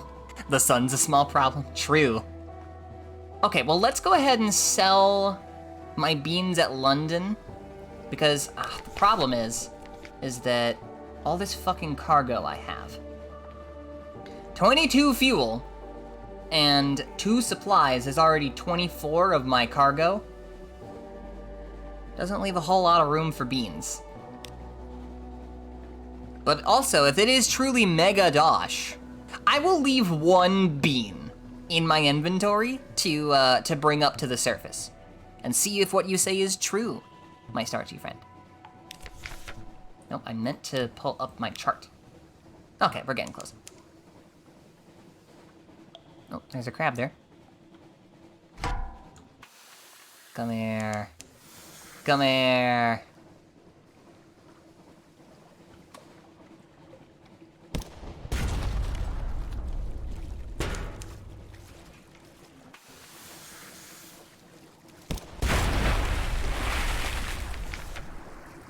Butcher for supplies. Drop that hunger back down. Good.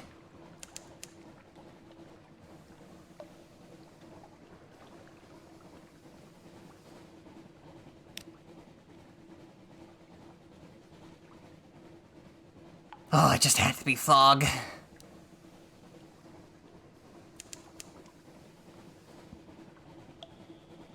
It's always the fog.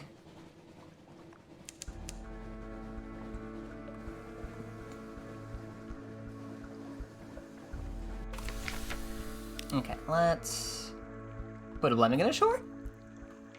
Even boggier than usual. Mutton Island is perfect Blemmingen country. It scuttles gleefully into the twisty streets, climbs a wall, and roosts in a sodden thatch. It clicks its beak happily. Good. Glad.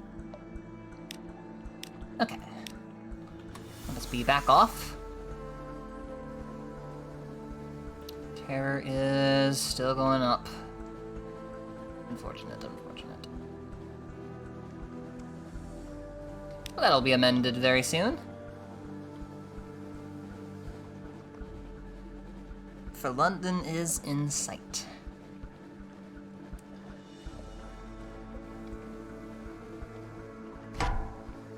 Oops.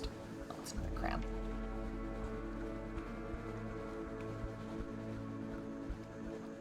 Actually, how many secrets do I have? Do I still just have the 5?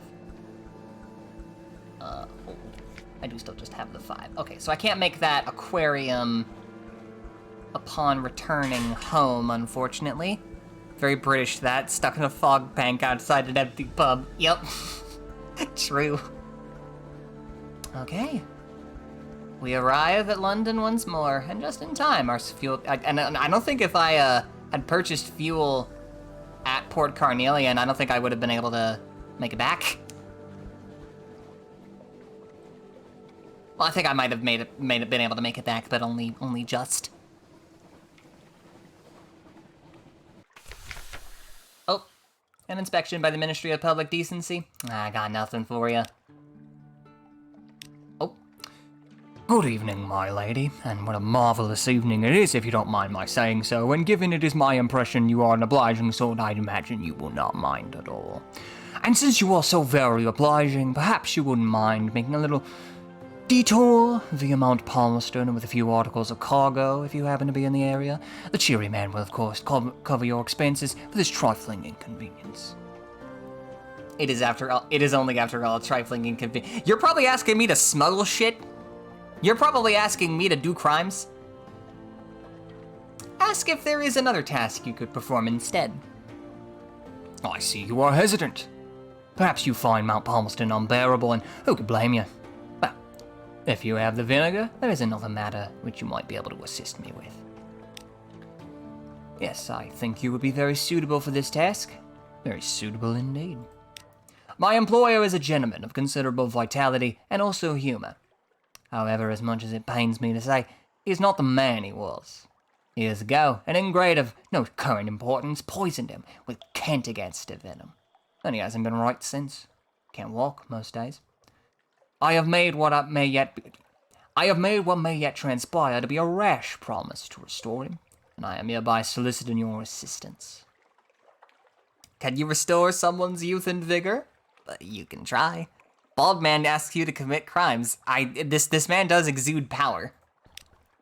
Some time ago, we sent an emissary to the Fathom King's hold. He was to ascertain whether his complexity was aware of a certain treatment that would restore my employer to what I am not embarrassed to call glory. Regrettably, the emissary is yet to return. Would you mind tracking him down and ascertaining what exactly the bloody problem is? Can do.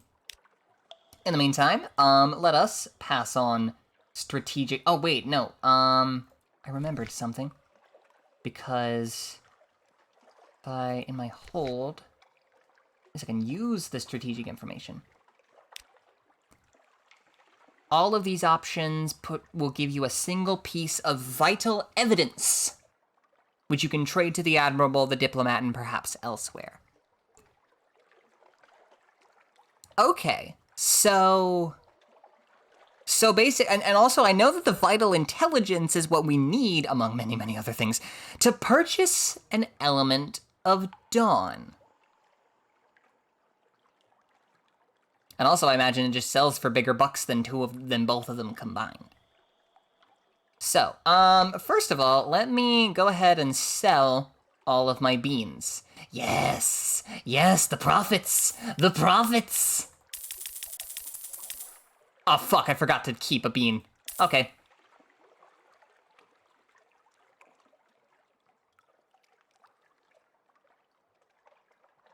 Okay, so we have this now. A live specimen, sack with coffee drop beans, and shit ton of fuel and supplies.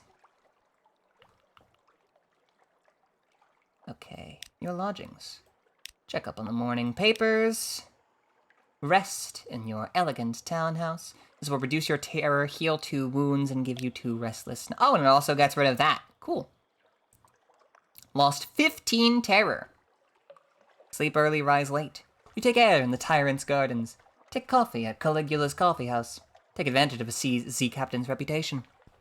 You could get used to this. Okay, and I could do it again, but I want to save my echoes. Get back to the rest of the city. Deliver a Blemigan. A greatcoat-clad figure waits in the shadow of a crane. You have Blemigans? It inquires hopefully. Its voice is high, fluting. A scarf conceals its fate. Your Blemigan leaps from the rail of the ship to shelter in the stranger's greatcoat, and the stranger nods unsteadily. We'll see to it, the fluting voice assures you. It places a box atop a quayside bollard, clumsily, its hand muffled in its sleeve.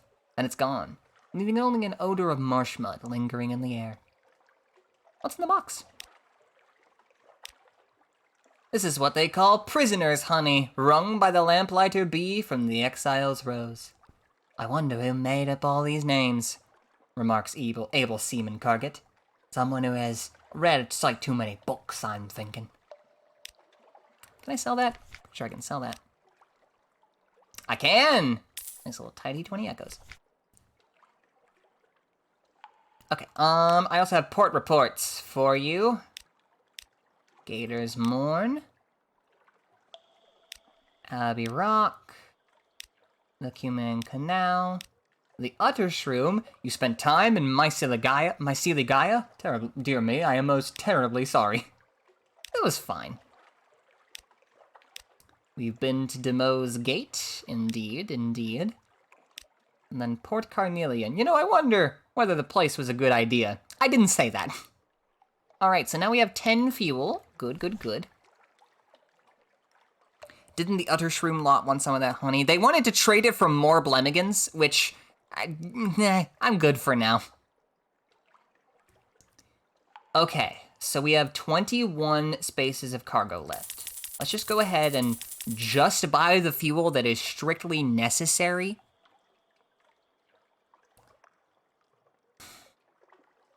Let's make this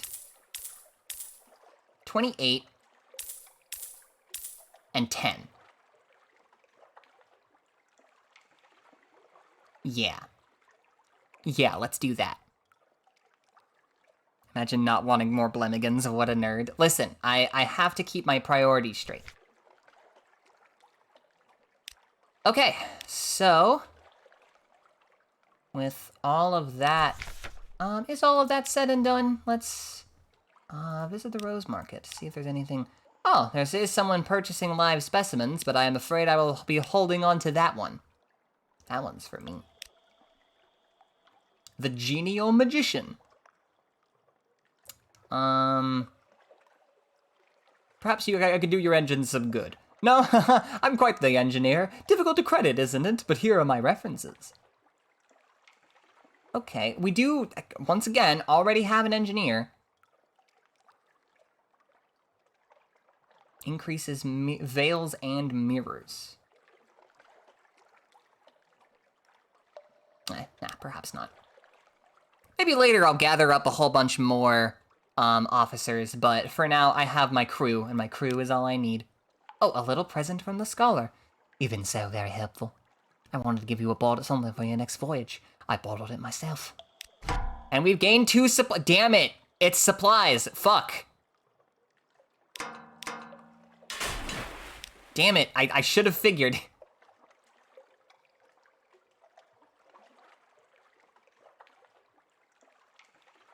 Okay.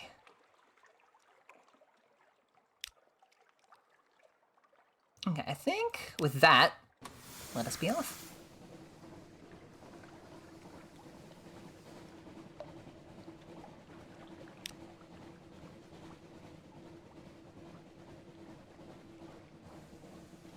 We are as full up as full can be. Let's turn the lights out. Be sure to preserve our fuel. We're going to be needing quite a bit of that up on the surface.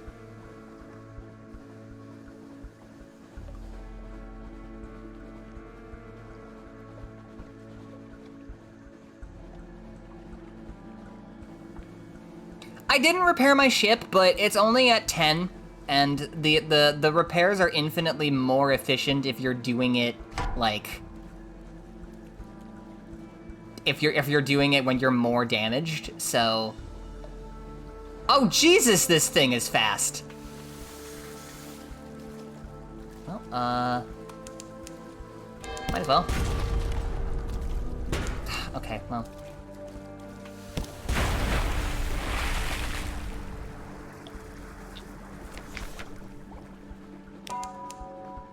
And we now have another secret. Just need one more, and then I'll be able to make that aquarium.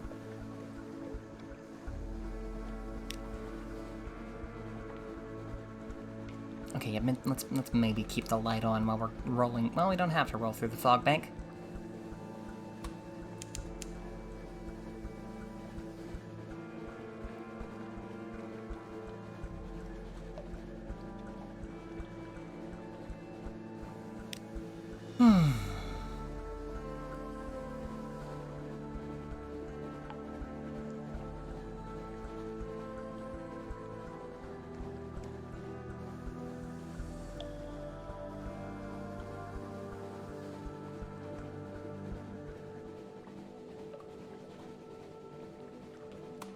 Okay, here we are.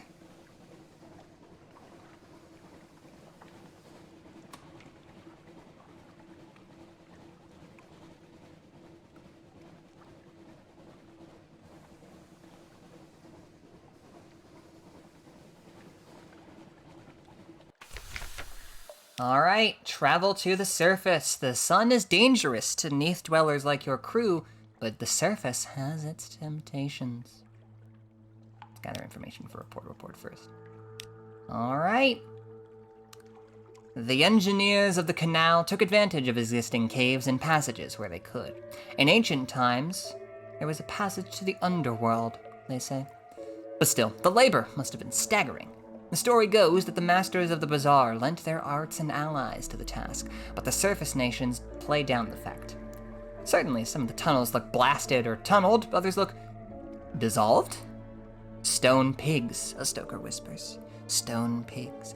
I will be doing a snooze. I hope that you are sung to sleep by the sweet songs of the surface. Have a good night, Tatum.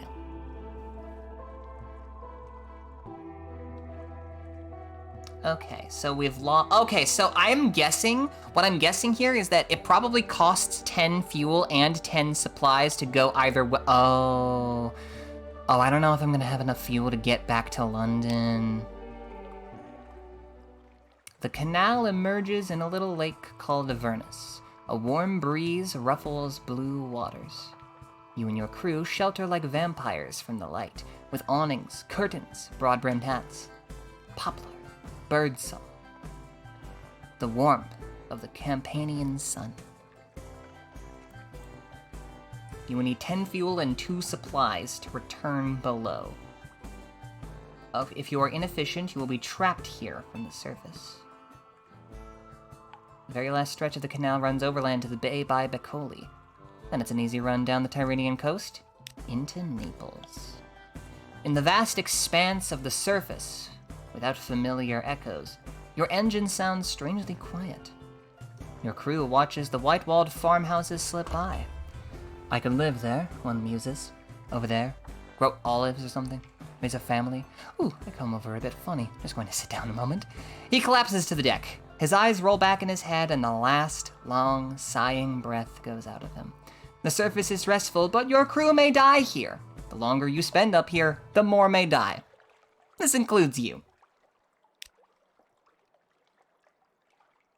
Purchase fuel. It's not so cheap up here, far from... Okay, so you can purchase fuel and supplies if all else fails. Share news from below. You have stories of lost London. Carry cargoes around the Mediterranean.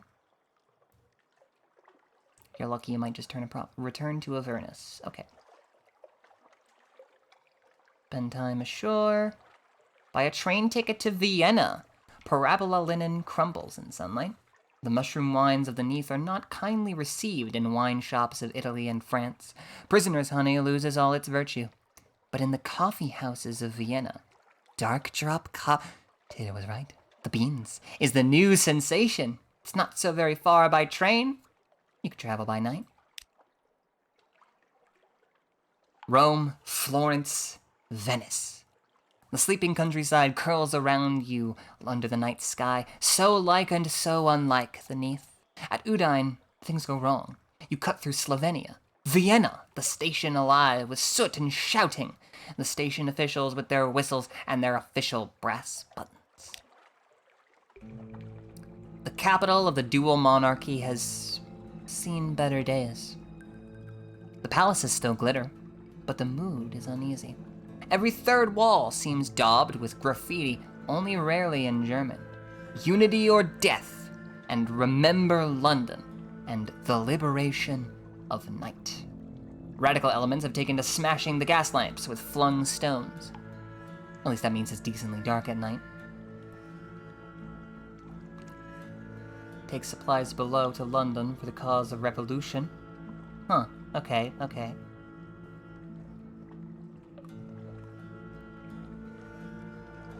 Name which burns? In Frostbound, you uncovered certain what?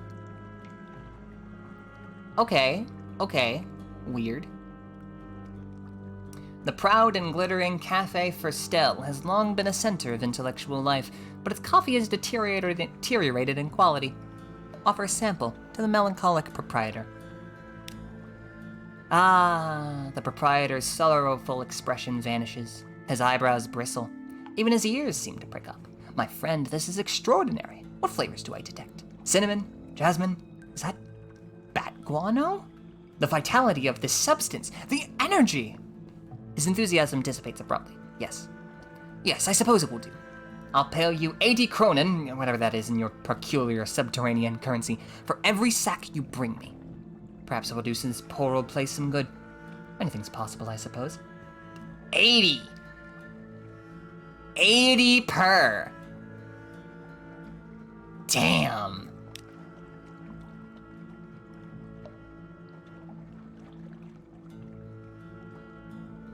Okay, back to Naples. Fall asleep in a carriage with two gossiping bankers. Wake with your head on a snoring soldier's shoulder. Fortunately, he doesn't seem to have noticed. Okay, so we have 15 fuel. That's enough to get back to London. That's definitely enough.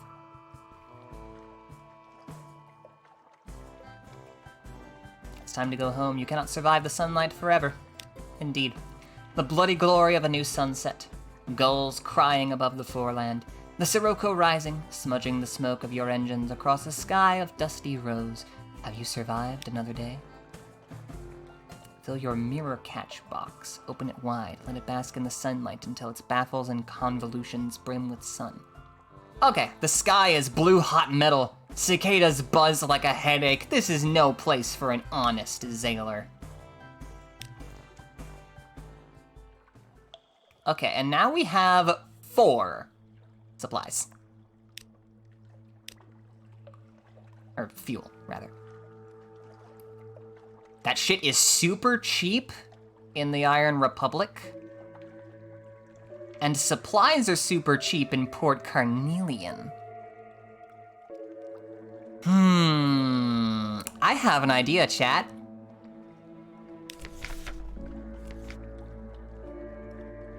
Let us make haste to the Republic. Buy some super cheap fuel. How is... The light has touched you lightly. Indeed it has. Let's avoid the attention of that gilliflower. So basically my plan is to head down to the Republic, stock up on a shit ton of fuel, and then head over from the Republic to Port Carnelian, stock up on a shit ton of supplies and beans. And we're just gonna do that until I upgrade my ship.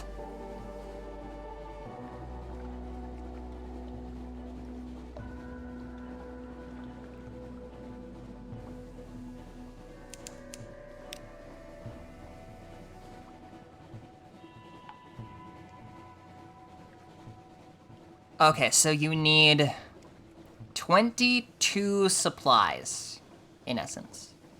And let's keep good track of how much fuel and supplies are necessary to make the trip, in essence.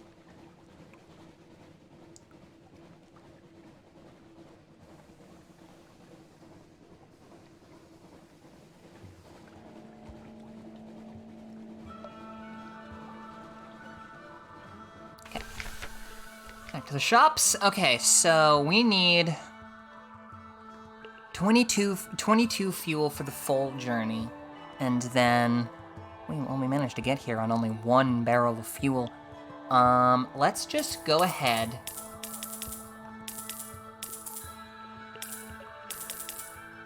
And get 20. And let's see how many we go through on the way to Port Carnelian. We'll restock in the Republic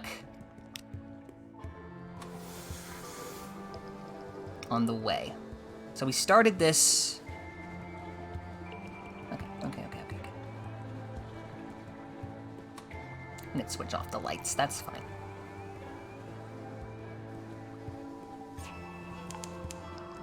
Okay. Oh, the fucking dreadnought is around here. So let's be careful.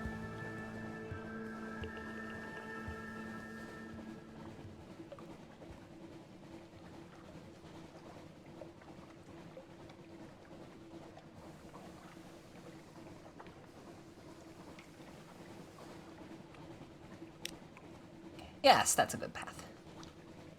Good.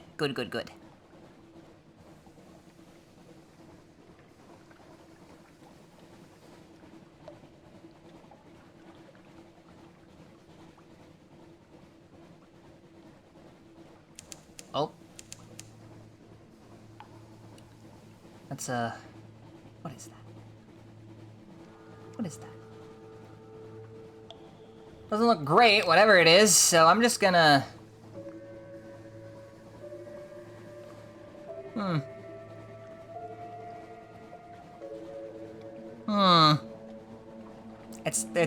It's like a blizzard, but that's not snow. That's too bright to be snow. I don't much like this.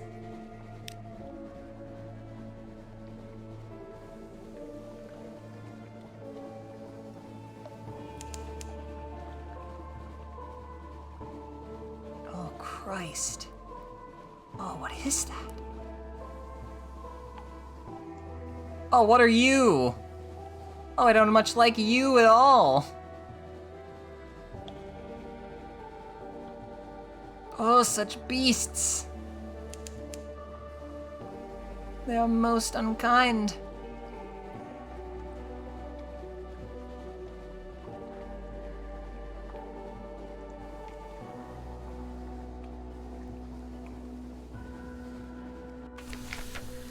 Okay, so we fed the crew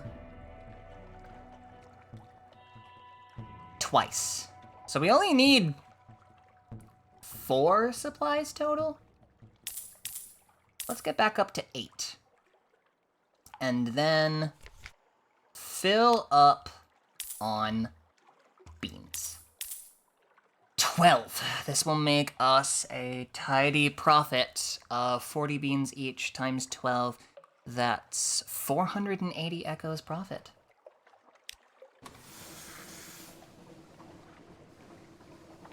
I do have Submariner. Yes, I haven't gotten a... Wait. Hold on. Port Carnelian will learn how to convert your ship into a submarine. Okay, actually... I forgot that we could do that. Thank you for reminding me. And also, hello. Demiser of D. Good name, by the way. Oh, Submariner, the fierce philanthropist. I made a mental note to go back to this later, but then I didn't. I forgot. I was too enamored with the beans. Her house is built in the tall, porticoed London style. Red brick and white plaster. Decorative iron railings, painted black. Its mistress is the subject of an intense colonial gossip. Independently wealthy, an industrialist's daughter, a widow, unwelcome in London. What then does she want with you? An invitation arrived as soon as you docked. You expected a sizable gathering, but it's just you, her, and a decanter of an admirable sherry. She is not a small woman, and comprehensively occupies her armchair. She wears sensible satins and sensible shoes. Her hair is impeccably curled. I've heard a number of shocking things about you, my lady, all of which I consider thoroughly promising. Her accent has a hint of Midlands melancholy to it. She must have spent much of her life on the surface. For a time, she asks questions about your travels and listens avidly to your answers. Then she gets down to business. A question, my lady. She tops up her sherry. Some years ago, the nation of the Neath struck an agreement to abandon their research into submarine travel and leave the Z-depths untouched. Ah, the agreement about nothing of consequence. Sailors mutter about it when listing the Admiralty's follies. You nod. She raises her glass to her lips. And what is your opinion of this agreement? Scoff about it? It's a nonsense. Nowhere should be forbidden to the capable explorer. Her smile is conspiratorial. Then perhaps we can help each other. I am prepared to finance, in large part, improvements to your ship that will make it capable of submarine travel. The Admiralty, and other powers, disapprove of such innovation. Therefore, we will need to be discreet. I have procured experts, laborers, and a workshop. They are well paid and loyal. Here is the address. Meet us there, and we can begin our work. On the shore of a gloomy inlet stands a rickety factory. Once, and supposedly still, it was committed to the cutting and polishing of sapphires. Now it is the place where the fierce philanthropist houses her intrepid staff of engineers, the ingenious men and women who will convert your ship to a submarine. Spend Z-stories to increase your experimental modifications. Okay, so you need to get it up to 20. Spend echoes to increase it by 25. Sacrifice an outlandish artifact. Sacrifice Stygian armory.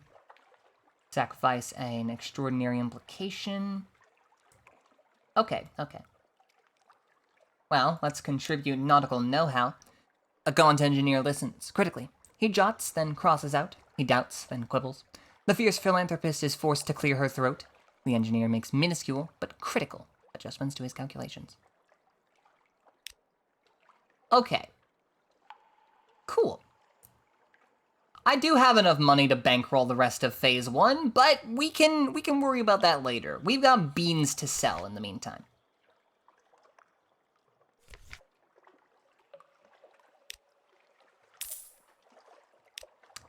Let us be off.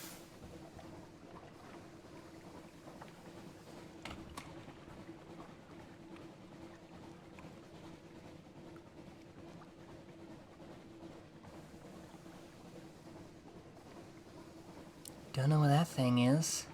Haven't seen that one before.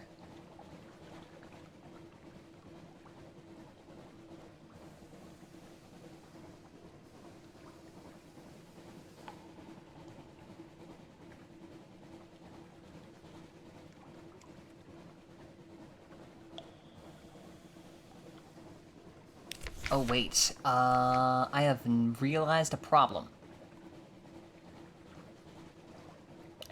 Even once we go back up to the,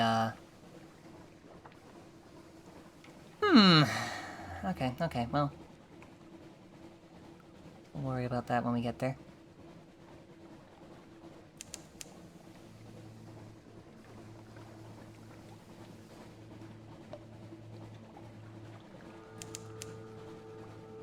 I am being watched. Thank you! That's it? That's it, huh? That's all you got to tell me?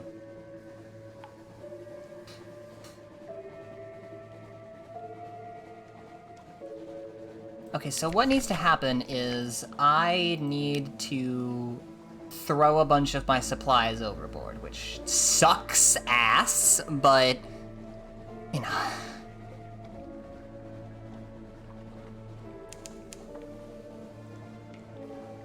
Oh, there's the dreadnought.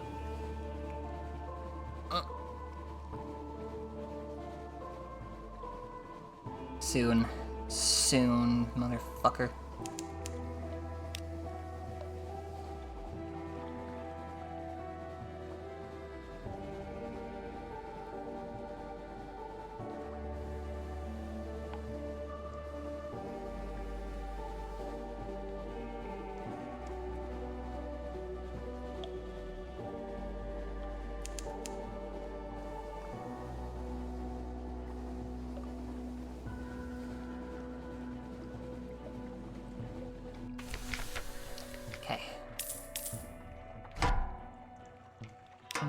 to get rid of one of our supplies.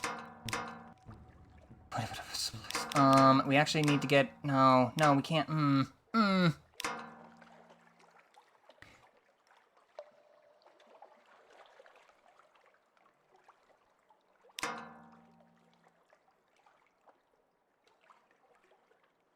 I was a fool. Okay, well, let's just head back to London and sell the beans there. It's not quite as much of a profit, but it's something, at least.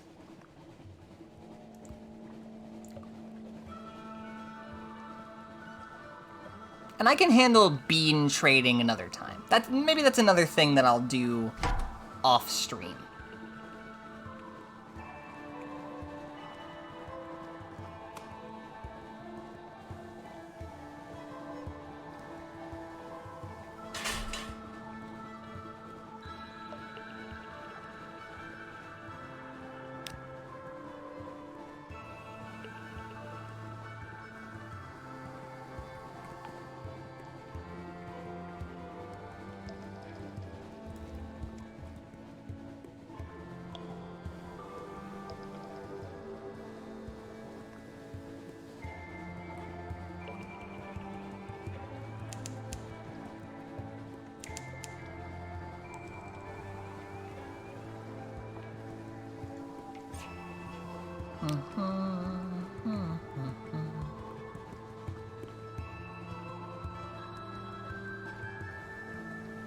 Let's head over to the harbor and get another port report.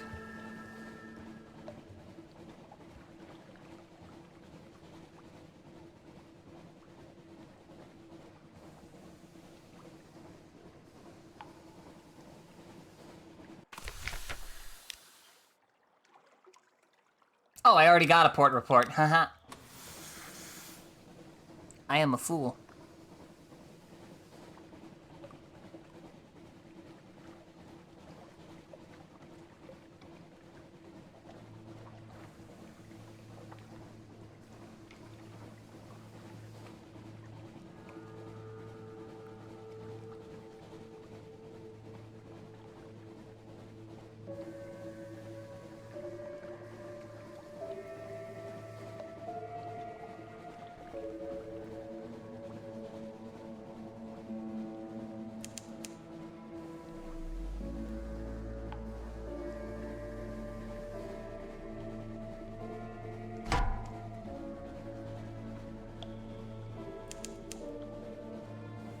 Please leave me alone.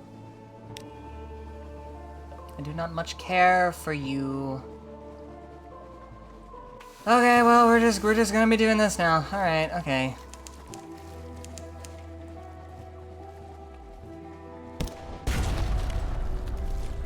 Yeah.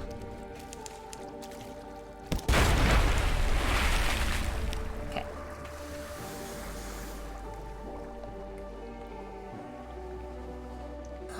Another one!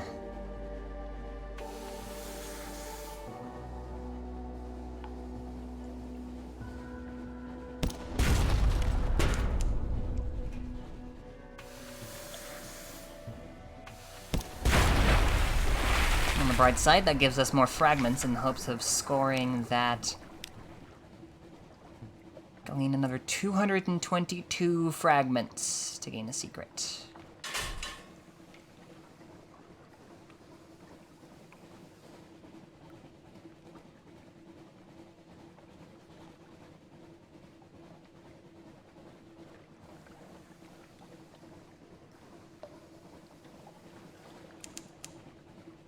Distance bells.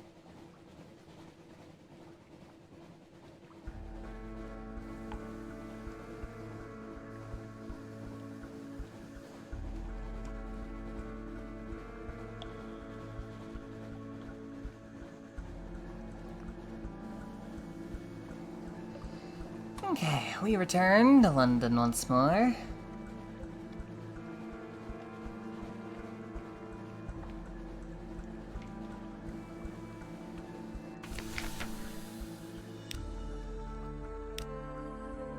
Okay, first things first, let's sell off our beans.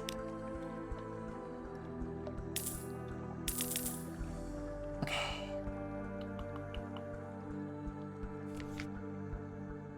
purchase some more supplies. What to do next? What to do next? I think the Admiralty probably has some... Yes, yes, yes. Okay, so... Retrieve strategic information from Codex, far north of London. Okay, let's go there. And then we can combine our strategic information, make some vital intelligence, and get some more dosh.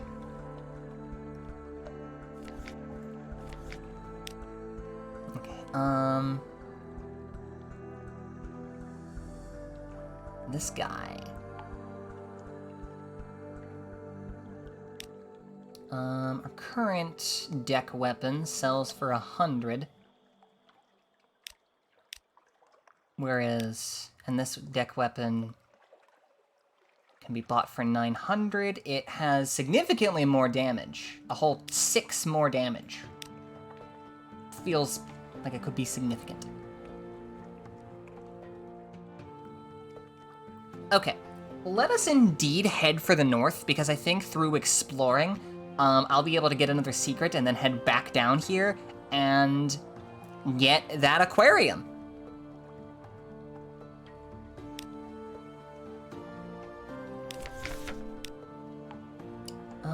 Although, first things first. Any cooks? Any cooks? No.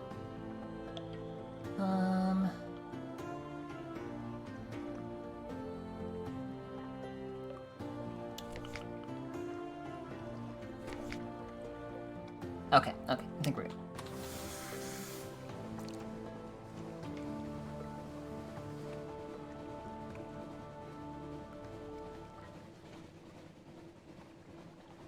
Okay.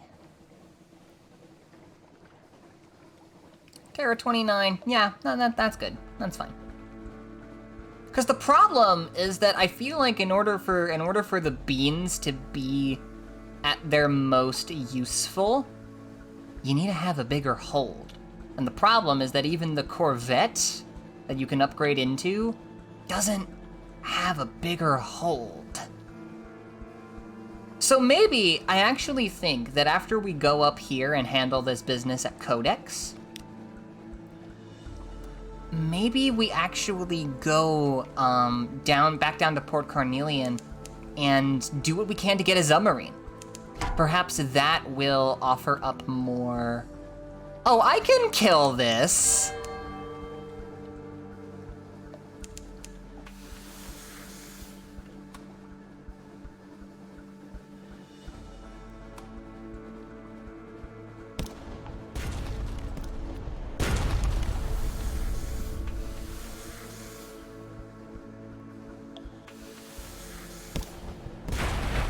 Damn, they still got the shot off.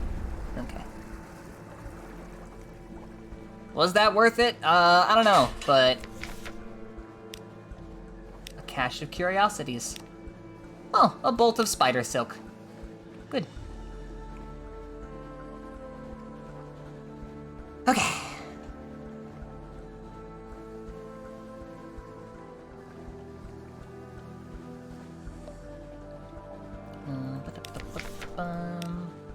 And also, let's go ahead and check out that restaurant at Vendor Bite. Very interested about that too.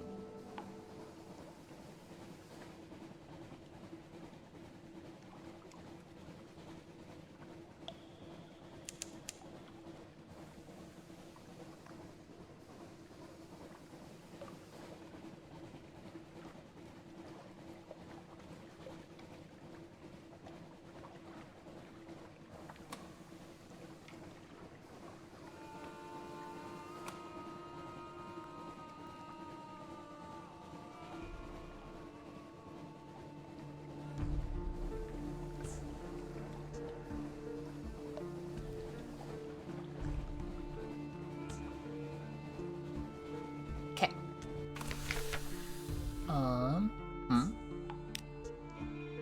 Oh, the wine. Okay, okay.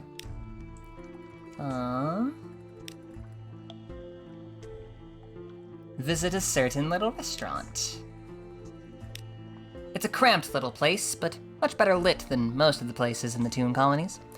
The scents of dishes are multitudinous and extraordinary. Are they good? They might be. They might be good. It's difficult to tell.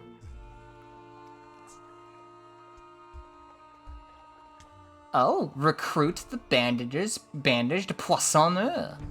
The bandaged poissonneur has long wished to travel, but you'll need to outfit the galley to his exacting standards. 300 echoes? Oh, but we'll finally have a cook.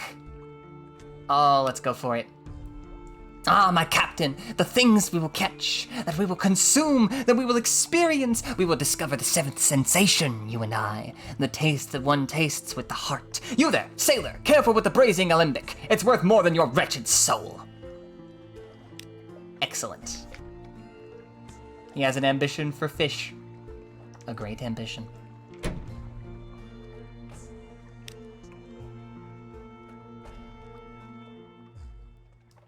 Dine with the no, no, no, Captain. You shall dine with me. I love him. Oh, he's got a mustache. Excellent. Cool dude. Love this guy. Glad we have him on our boat.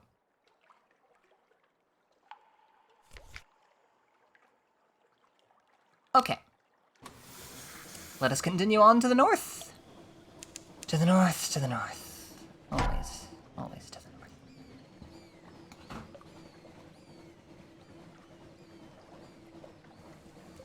Okay, well, if you fuckers want to pick a fight, so be it.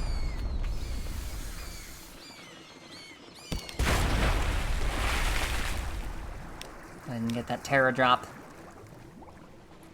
Okay, and now, to the north we go.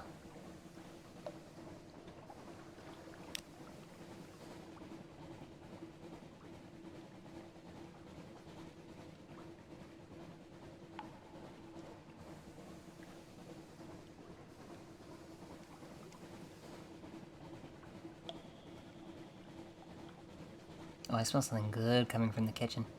Your girl's gonna be eating well tonight. Boreal Reach. Is this snow? Touch it, and it puffs to vapor. Your crew huddles... What the fuck? Your crew huddles close to the warmth of pipe and funnel. I'm gonna turn the lights out. I don't know what that thing is, and I don't much care to find out.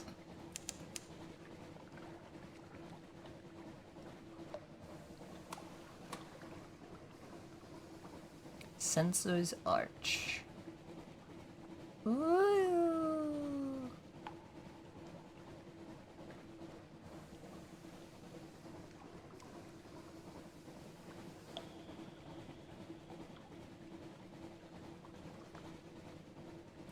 Discovered Wither.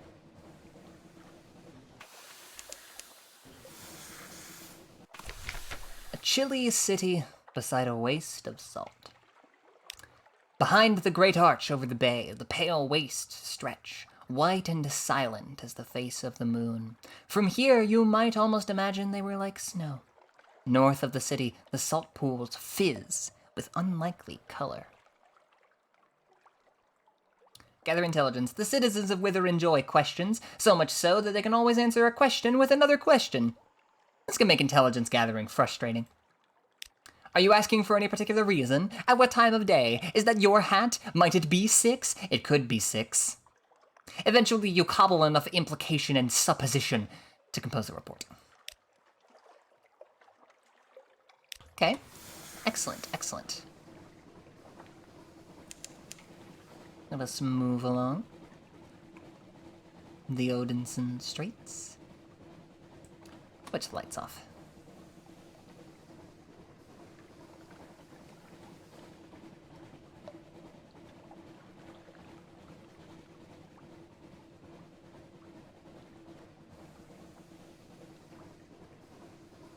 Oh.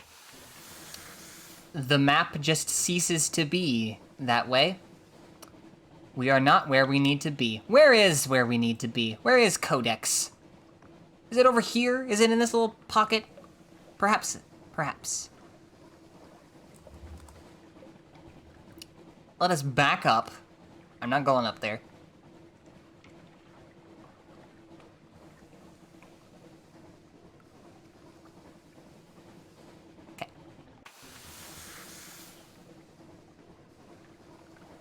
Actually, maybe it's... Okay, so it did say far north, so I am going to... Oh, fuck, there's another one. Don't notice me, don't notice me, don't notice me, please, please, please, please, please, sir. I don't know what that is, and I really don't want to... It does not look friendly. And it's as big as my boat. My whole boat. It's as big as, like, 2 of my boats. Is there anything up there? It hasn't... No, no, no, I'm talking about this guy. This guy. Lifeberg. What? I don't like that. I don't like that at all.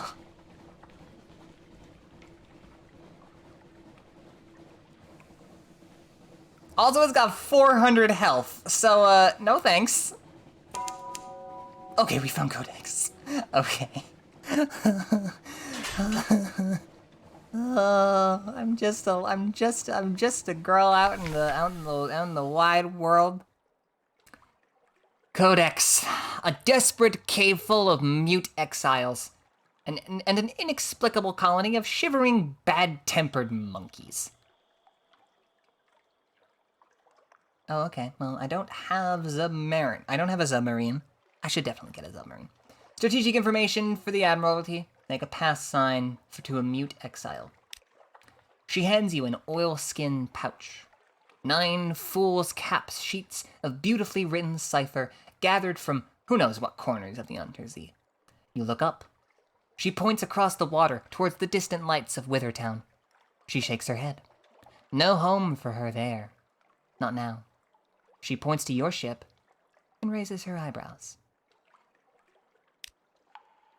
A mute exile wants to join your crew. Will you permit it? The other sailors clutch their Z-talismans and make signs against evil. The folks of Wither are uncanny. Those who are exiled to Codex must be more so. Come aboard! She can't or won't speak, but it's clear she knows the Z. She'll do well, this one. We now have Salt's attention. Most interesting. Compile a port report. No one will speak. This is a challenge. The exiles see many come, fewer leave. Some are even willing to communicate, but their gestures are unfamiliar. The meaning's unclear. Even when you can understand, theirs are answers without questions, as useless as a key without a lock. But we do have a port report, though, so that's good.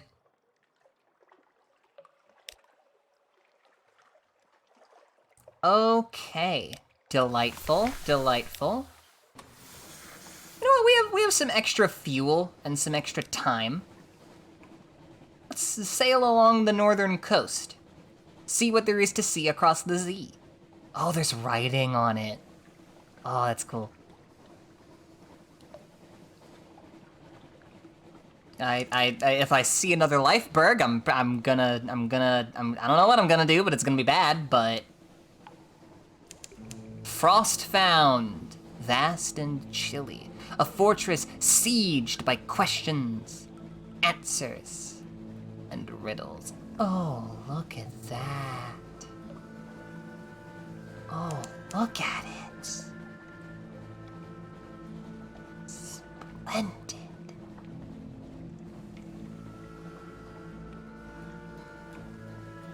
All these winding paths.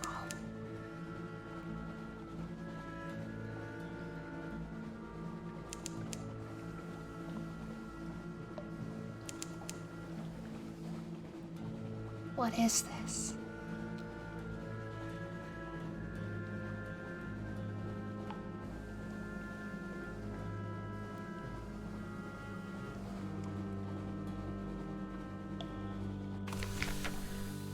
Towers and ramps and galleries and stairs of ice, raised and spun like an architect's honey dream.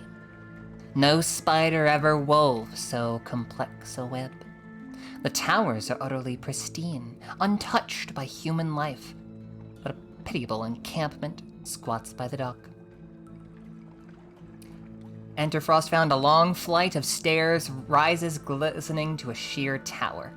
There is no door.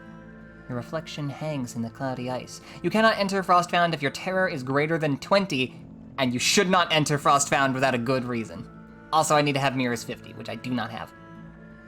Oh, allow the sly navigator to examine the tower. He climbs the steps, panting eagerly. This is the sea. This is the Z, you see? He calls back. The Z, risen to become land. Ice is the Zol of the Z. In ice, we find the Z at her most exemplary, and then he's off again. You leave him to examine the tower, staring up at the battlements, his breath dragon huffing. Only a few minutes later, you glance back, and the navigator is gone. You climb the steps to examine the spot where you saw him last. His coat lies in the snow. His footsteps end at the tower wall. You poke through his coat and find a brass telescope from the Khanate, a much annotated chart, tobacco, an alarming quantity of lice. But the navigator is gone. You never see him again. An outlandish artifact and a revelatory chart. Interesting. Read a port report. Not all are Iremi or Withern. There's the odd researcher, an occasional deranged ice sculptor. Now and then there's a very cold, very sad rubbery man. But for the most part, an atmosphere of friendly rivalry reigns. Let's take tea. Oh, do I want to? I want to take tea. Some of them wear the robes of Iremi riddlefishers. Some look like Withern folk, but even more ragged. But they do seem a little more practical than either of those peoples. We're keeping steps for the game of truths, a helpful riddlefisher explains as she fills your cup for the third time. Every year, the people of Irem and Wither meet here for, she pauses, contests. Let me take a sip. She finished vaguely. The difference between a question and a riddle. One day, someone will prove themselves enough to enter the castle. You spend a few pleasant hours while the tea is supplemented with Iremi liquors, pale Withern beer, and something the riddlefisher describes blandly as snake cake. They offer you fuel and supplies before you leave. We keep enough to spare, the riddlefisher grins. From time to time, a captain gets lost and comes up here, and we always feel bad for them. Lost 10 terror. Gained a fuel, gained a supplies. Okay. Delightful. Okay, let's continue along the northern coast. See, I'm just gonna go over one more step, essentially, and see if there's anything else of interest here. And either I find 10 tickles. 10 tickles! Yes, you're looking right. These luscious locks are actually tendrils. I grew them myself.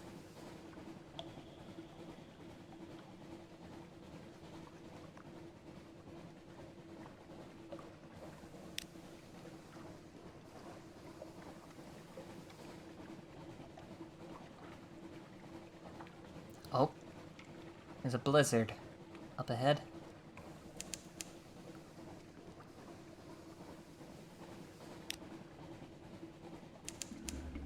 We enter Storm Bones. Saint Eligius sends his fire to dance in the air on deck. Very far away, we see the great light of the Ragged Crow. Okay. I've heard inklings of what the Ragged Crow is. Oh, the blizzard is gone. Okay, well, now that I was gonna turn away because there was a fucking blizzard, but now that there's a blizzard, let me see what there might be to see. Across this, the wide Z. This, the sunless sea. Actually, you know what? I have a bat for this. Let me use the bat.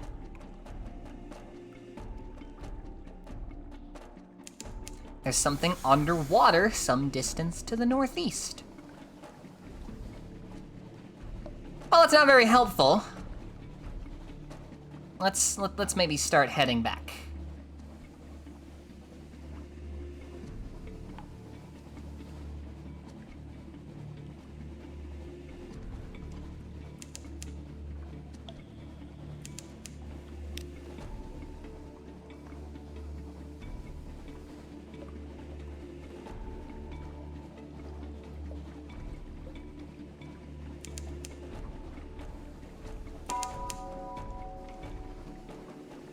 have another secret. Good, good, good. And I need lots of those. I picked Zong of the Z as my ambition, or whatever that one's actually called. So I'm gonna need a horde so much.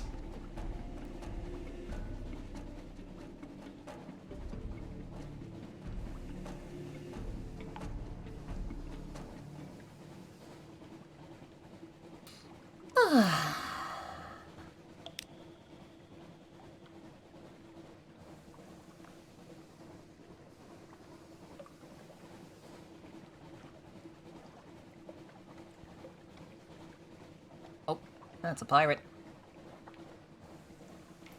Don't mind me. Oh, well, if we're already in the area, I might as well stop by for a port report. Who goes there?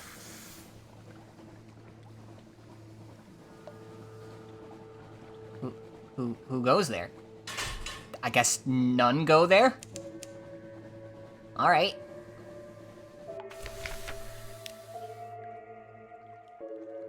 Oh, I can still perform Salt's rites. Excellent. Good, good, good. Sure, I gain 7 terror, but I get an extraordinary implication out of it. Good little chunk of money. Compiler. 2 basalt beasts, cathedral-sized. They frown eternally at each other across the black waves. The north one carries the remains of an encampment, fraying and tattering in the wind. The supply dock stands empty below. Nothing remains. Witness. Even time has halted here. Who comes to survey the ruins? Delightful. Okay, it is good to know that you can still perform Salt's rites over at the Salt Lions. It is exceptionally good to know.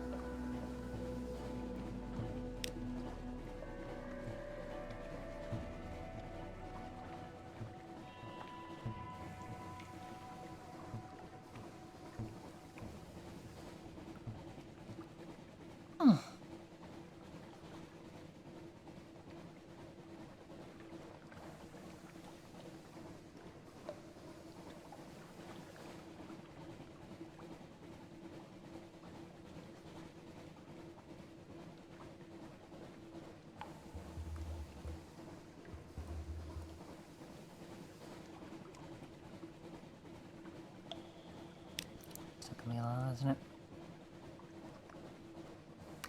There once was a ship that put to sea, and the name of the ship was the Billy o' Tea. The winds blew up, a bow dipped down, blow me bully boys blow. Soon may the wellerman come to bring us sugar and tea and rum. One day when the tonguing is done, we'll take our leave and go. She had not been 2 weeks from shore when down on her a right whale bore. The captain called all hands and swore he'd take that whale in tow. Soon may the wellerman come to bring us sugar and tea and rum. One day when the tonguing is done, we'll take our leave and go. And now we're here. Excellent. I did some research on some sea shanties before I started playing this game. It felt appropriate and a nice bit of something to fill the space. Also, they're really easy to sing and like remember, and like wow, it's almost like that's on purpose.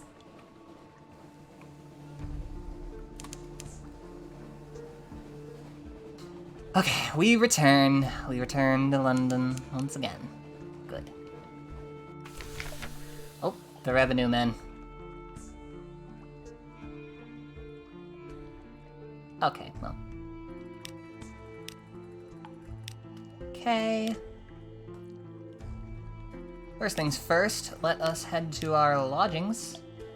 And... wait. Do I get recent news in the study? No.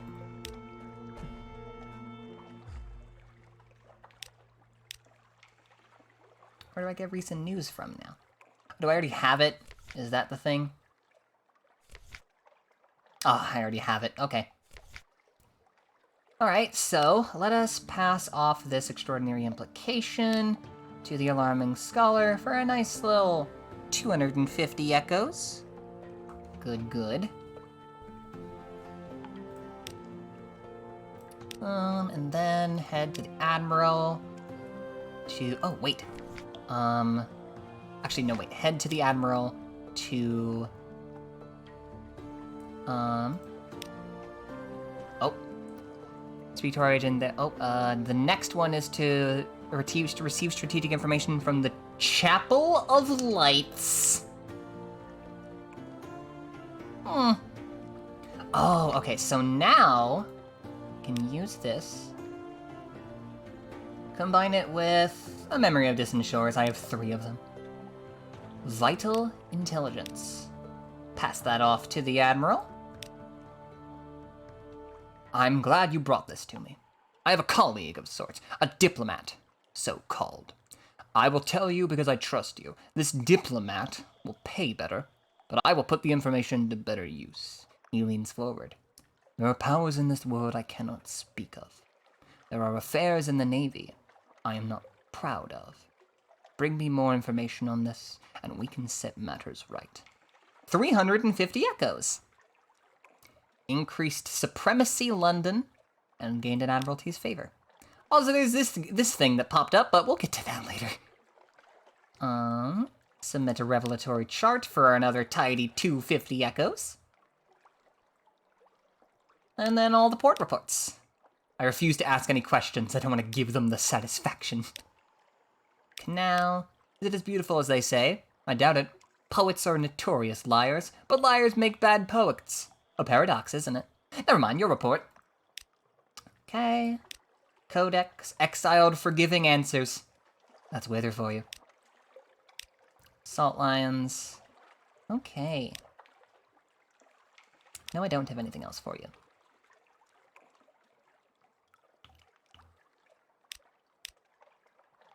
Okay. The Voracious Diplomat. The Diplomat lairs near Mansion's Pyre, in a second-floor office above a gymnasium for pugilistic ladies and gentlemen. Your conversation is punctuated by distant shouts and blows. One of my favorite sea chant. I also love Lieber John. I'll sing that. I'll sing that for you. Once we next shove off. The Diplomat smiles fondly at the sounds. I have a friend, the Diplomat says casually. Would be grateful for passage somewhere else. A Khanate, for instance. Or Port Carnelian. An agent will allow you to establish an intelligence network and sometimes to grow it later. Describe recent moves in the great game. Provide vital intelligence. Ask about the diplomat's role. What kind of diplomacy is involved? The kind of diplomacy that doesn't get written down. I'm attached to the Admiralty, not the Foreign Office. London is not what she was, but she still has interests abroad. I look after them as best as I can. I do hope you're patriotic enough not to ask for too many details. Ask about the Dark Spectacle and Admiral. Do they work closely together? Well, now. The Admiral is a man of principle, very straightforward, very traditional in his views. I think it's rather courageous of him to expect the Navy to operate without outside assistance. And he has excellent taste in both chamber music and wine. I hope that makes my feelings clear. It doesn't really, which I feel is on purpose. Pick up an agent? Later. I'll do that later for you. Perhaps not. Okay, and now with that, we have enough to get the Hell Thrasher. Yes.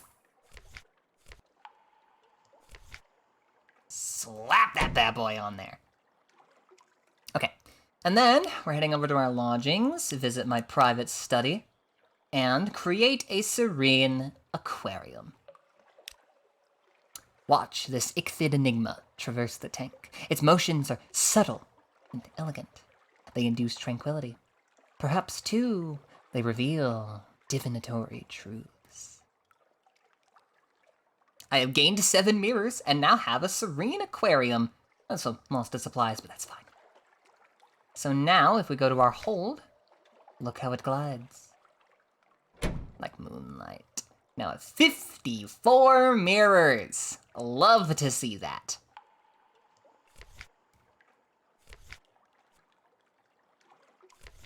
You wanted spider silk, didn't you? Far to the east or in the Okay, so the Khanate also seems to be relevant here. And he wants beans. The Khan wants the beans. Okay, so the Admiralty is sending me up north. What I might do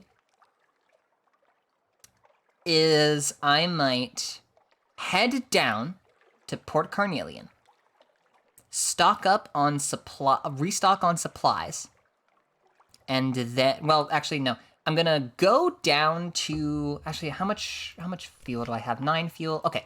I'm gonna head down to the Iron Republic to restock on a little bit of fuel. Then I'm gonna hit Port Carnelian, get a couple of beans, and then head straight north from Port Carnelian to the Khanate to gift the beans for hopeful access to the rest of the Khanate. And while I'm down in Port Carnelian, I will fund the remainder of the submarine construction. No, wait. The construction allowed me to use an outlandish artifact to just do the rest of it, didn't it? I'm gonna do that. Either way, 9 fuel is definitely enough to get us down to the Republic at least. And let's just get one more thing of supplies. That'll do. And then I think once we, hold on, let me consult the chart. Okay, so once we hit Port Carnelian, I'm gonna, what is that? That is, oh, that's the Utter Shroom. Right. Okay, so yeah, so I'm gonna hit up the Khan's heart, possibly investigate these tiles, see what there is to see.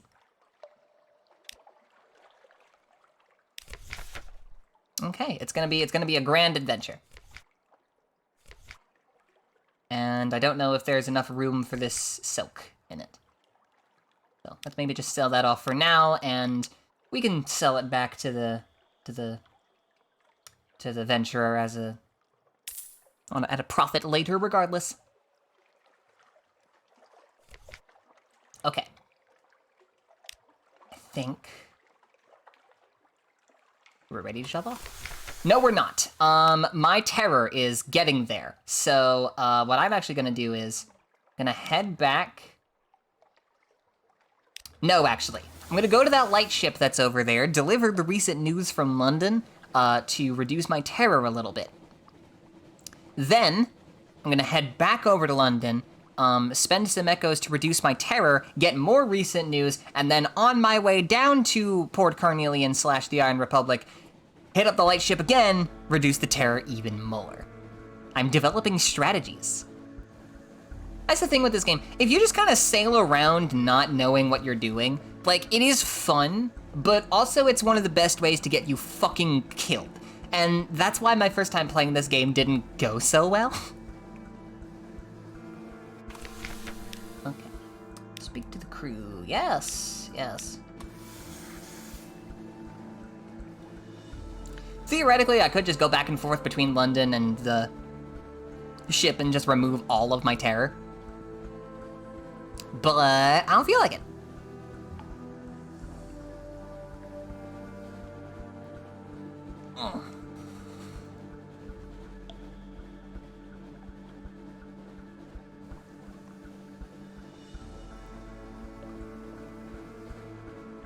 Fair. Yeah. Cause you know, when you're playing for the crowd, you don't want to do the thing that's efficient. You want to do the thing that's fun. Okay. So let us go to our lodgings, catch up on the morning papers, rest in your elegant townhouse.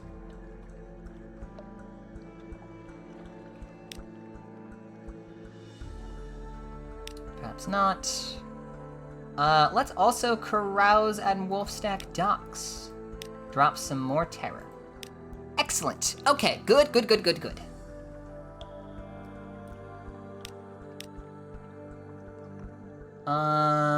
Yeah. Okay. And we'll handle that later. Oh, no, no, no, no, no. Before we do that, I'm actually going to put my ship in dry dock and use some of those Admiralty favors to repair my hull. Okay, now we're heading out. Screw efficiency? Well, I'm always a fan of efficiency. I like doing things in the way that... Because, like, there's just a really satisfying, like, click together that happens when you develop a strategy that is really, really efficient. It's like a Rubik's Cube, you know? It's the same satisfaction of solving a Rubik's Cube when you figure out the best way to do something. Oh, goodbye. I farewell. Nice knowing you.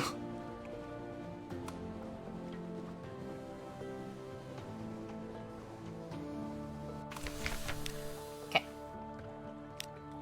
All right, we are now at 14 terror, which is a much better place to be at than 41. Let us make for the Republic. Oh, of course there had to be a fucking fog bank.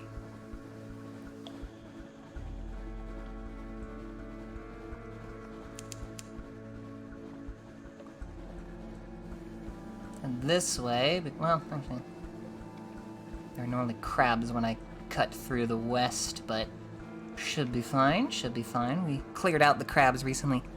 Kind of feel that kind of with minor OCD. Yeah, I know I definitely have, like, some obsessive-compulsive tendencies. I have noticed that, but I don't know if it is quite, like, literally has OCD levels of tendencies.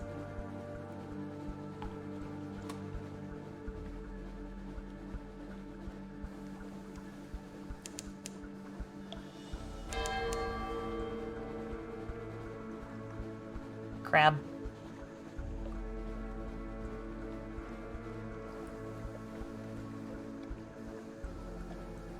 Okay, let's test out this new weapon, shall we?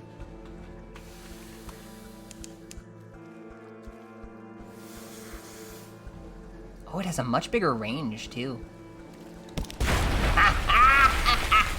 Excellent! And now we butcher it. Okay. Brings down our hunger by a tidy sum and staves off the need to buy another thing of supplies. Love to see that. Yeah, because now the weapon does 20 to 28 damage. Confirmed.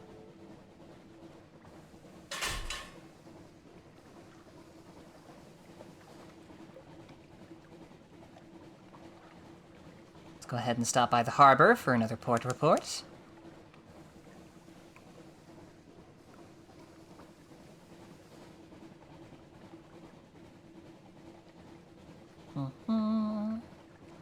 Okay.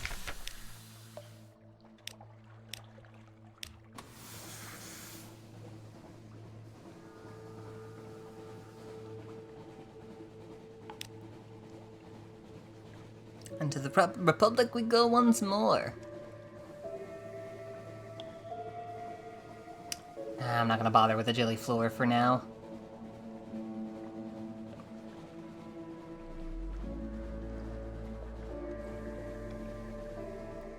Oh, but... no.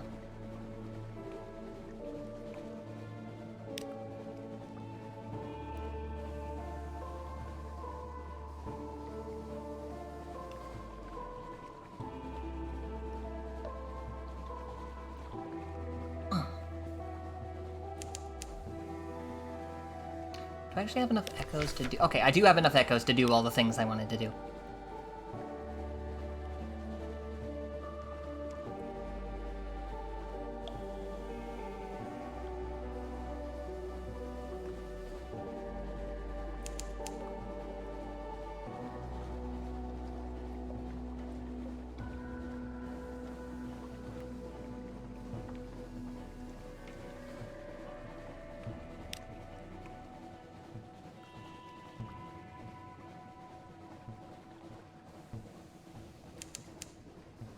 I thought I heard the old man sing. Little Johnny Lever, tomorrow you will get your pay, and it's time for us to lever. Lever, Johnny Lever, oh lever, Johnny Lever, for the voyage is long and the winds don't blow, and it's time for us to lever. Oh, the wind was foul and the sea ran high. Lever, Johnny, lever. She shipped at green and none went by, and it's time for us to lever. Lever, Johnny, lever. Oh, lever, Johnny, lever. Damn it!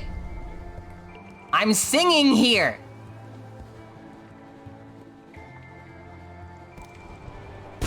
Would you stop that?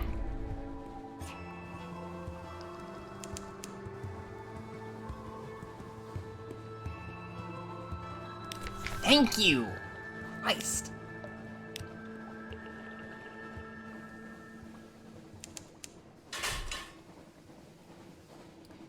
As I was saying, all the voyage is long, and the winds don't blow, and it's time for us to leave her.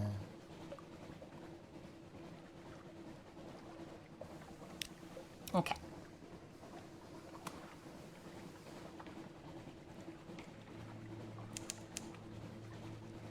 Okay, that strange wind, whatever that was, is nowhere to be seen this time. Neither is the big beastie that was lurking in this whirlpool.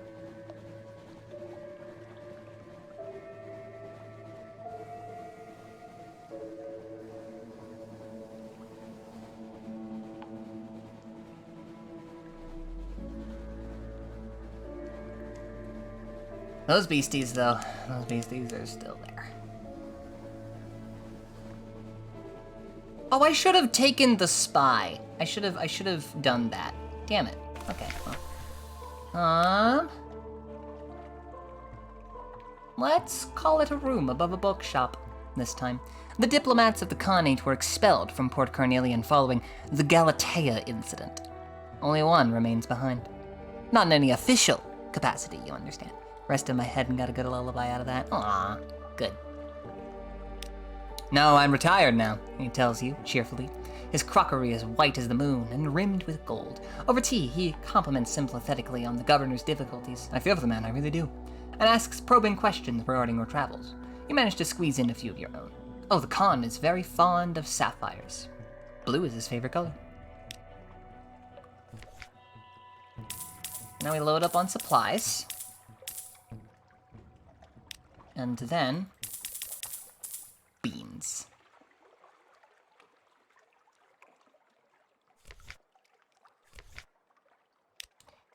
Although this does mean that sacrifice an outlandish artifact to increase your experimental modifications by 60 and then 20 with the Z-stories. Oh, I love it when things just work out. You watch your artifact being welded into a tangle of pipes deep in the bowels of your engine. It'll never work, mutters one engineer. It bloody will, the chief says, wiping sweat and oil from her forehead. And then this. Phase 2, retrieve a set of Zonar schematics. It's the Zonar. It's unreliable, loud, and stops working at below 70 fathoms. But the Admiralty and the Khanate must have cracked this back in the day. The engineers brim with conspiracy theories about the old submarine programs. Before the agreement about nothing of consequence, London's Admiralty conducted their submarine research at Station 3. The location of the Khanate's research base is unknown, but a number of its scientists relocated to Khan's shadow, which we're already going to! I love that! Perhaps one of those locations has the information you could use. Good, good. All right. To the Khan's shadow we go.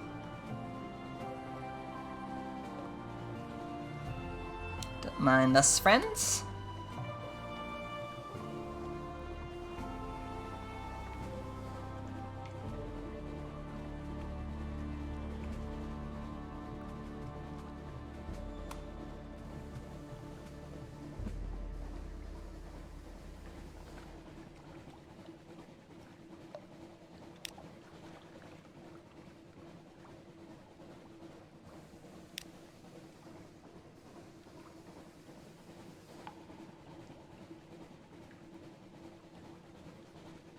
Okay.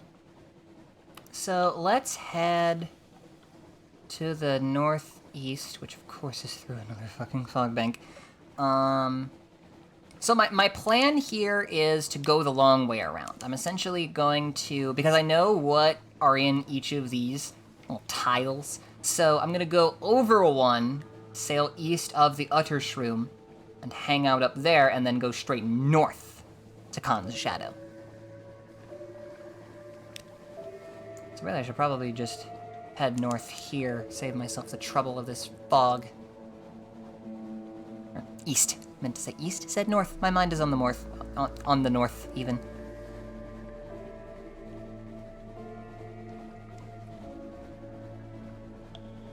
Ah, there's a passage through the fog. Excellent. Good, good, good. And pirates.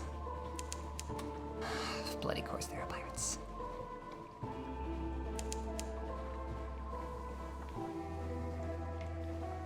Oh, and the fog just continues regardless. Oh, but the Utter Shroom is near.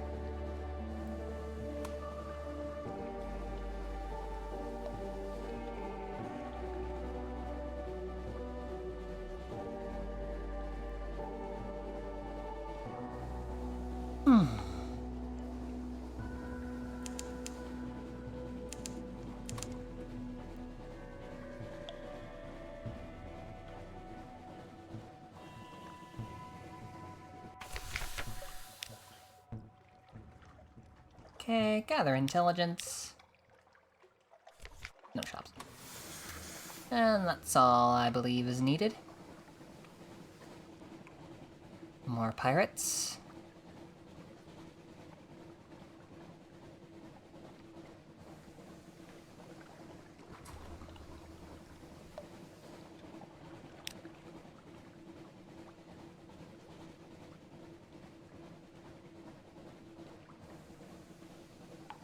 I do hope that 10 supplies was enough.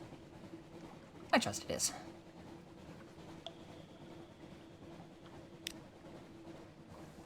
So we should be approaching the divide. Crab, crab, crab, crab, crab, crab.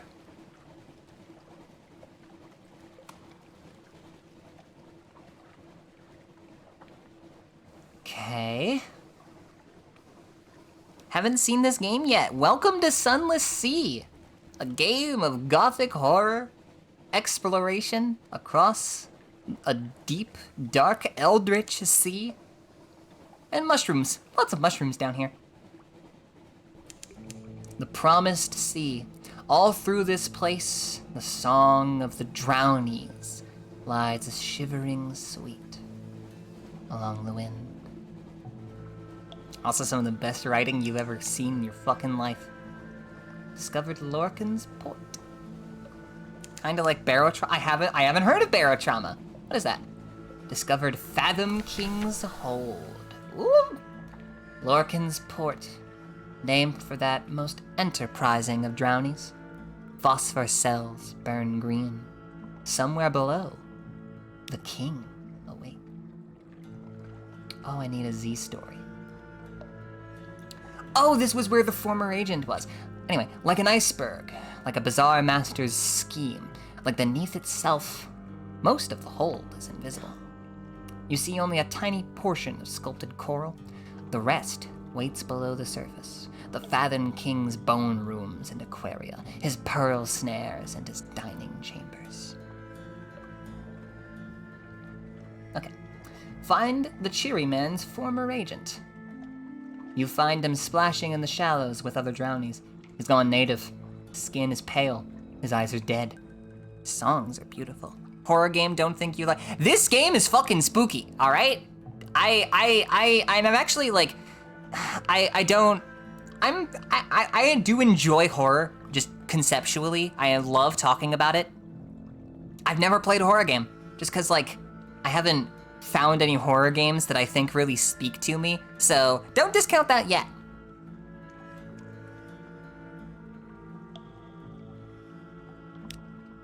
I serve a proper king now, the recent drowny crows. King of the sea. Not of some ratty spite pub. And I'm not about afraid of his bruising, either.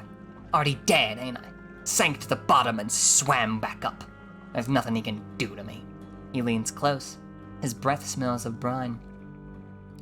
But let me share what I learned on the way. What's lost is lost. The Fathom King won't heal the cheery man's leg. Even if he would, his cheeriness wouldn't want to pay that price. Tell him to stop dreaming. Okay. Compile a port report. The porter watches you write. She says nothing. Those granted audience returned dazed, awestruck. The king is not generous, but occasionally he is fair. I unfortunately used all of my Z stories on the submarine, so I will not be able to descend to an audience with the Fathom King. Later, perhaps. I like horror, not a fan of jump scares. No, me too. Jump scares fucking suck, and I hate them.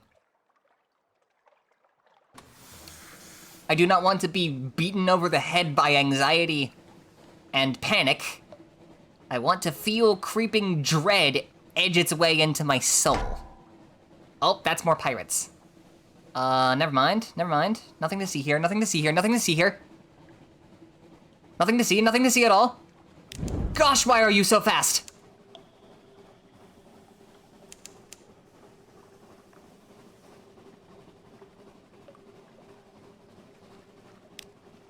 Okay.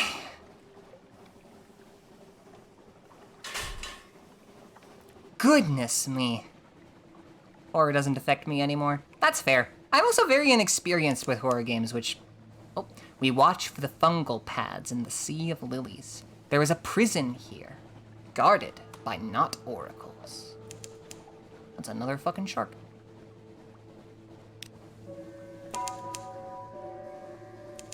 I've discovered a harbor. Good. Is it on this side? Oh, good, it's on this side. Discovered wisdom. Ah. The only thing I fear is nope ropes. Snakes.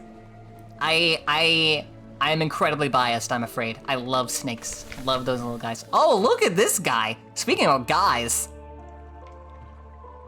The prison walls are mercilessly steep.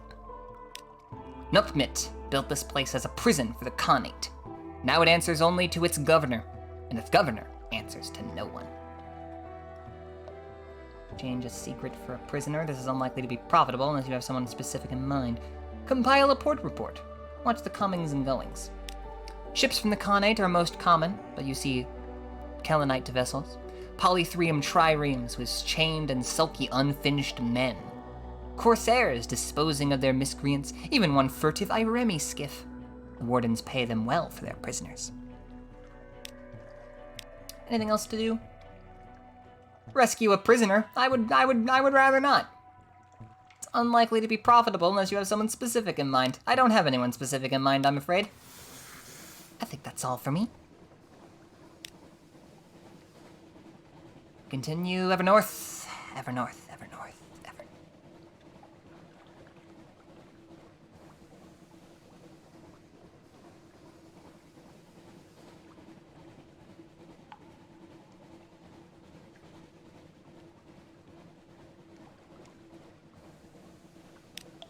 Oh. There's something else here.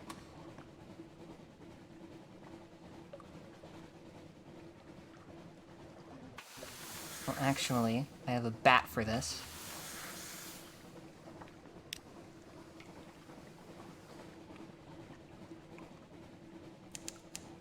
Oh, it's underwater. Okay, that makes sense. Nothing to do, then. Barotraumas like this, one player pilots the others Work as crew to survive an alien ocean full... That sounds cool as shit. That actually sounds like a lot of fun, and I know a lot of people who would probably be into that.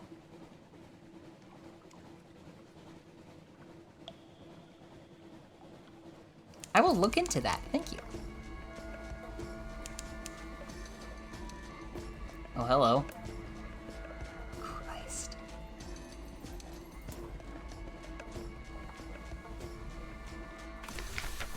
Long ago, the Khanate turned its back on its warrior traditions. It has no place for pirates and would-be nomads. So here, in the Shadow, the exiles make their home amid 100 wrecked, grounded, decommissioned ships. I think Shadow people are a personal favorite when it comes to spooky myth. You like my, yeah! A lot of my OCs have shadow-like features. Man, like, I love it when a guy just doesn't have any colors. That's my favorite. Mythological beings, though. I don't know, like, I really enjoy... Hold on, okay, let me finish up business at the Shadow, and then I'll talk about that on our way. Plunder the decommissioned remains of the Stone Turtle, an old research vessel chained and boarded up at the Shadow's rim. If the Khanate's sonar schematics survived, perhaps they're on board. So many malcontents, so little time. Conniving, debauching, speechifying, drinking, singing, speeching, poeting. Now and then a drunken duel. Very occasionally, a savage ritual murder. You are a mythological being, Z. Hello, by the way. Welcome. Anyway, we're gonna plunder that shit. Your bosun applies bolt cutters to a chain, securing entry. Slipping inside, you close the door, muting the clamor of the Shadow, and light lamps. The hull is well preserved. Down in the hold are orderly piles of crates, boxes, and cabinets. Eventually, you uncover a detailed set of schematics that, despite the complexities of Khanate script, look like what you need. You cram them into your jacket. You have discovered fingerprints in the dust, and suspicious gaps in the runs of certain records. Has someone been here recently? Perhaps the Khanate hasn't abandoned submarine research quite as absolutely as they claim. Return the Zonar schematics to the hidden workshops in Port Carnelian! Good, good, good.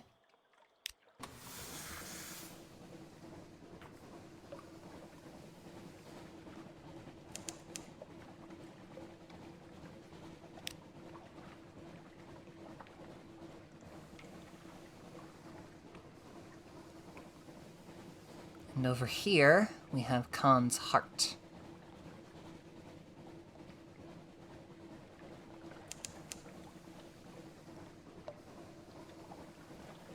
So, when it comes to mythological beings that I really like, I don't know, like, I really enjoy, and this will surprise you. This will surprise you so much. I love spacey shit. And in particular, I really enjoy, like, elder gods, outer beings, that kind of vibe.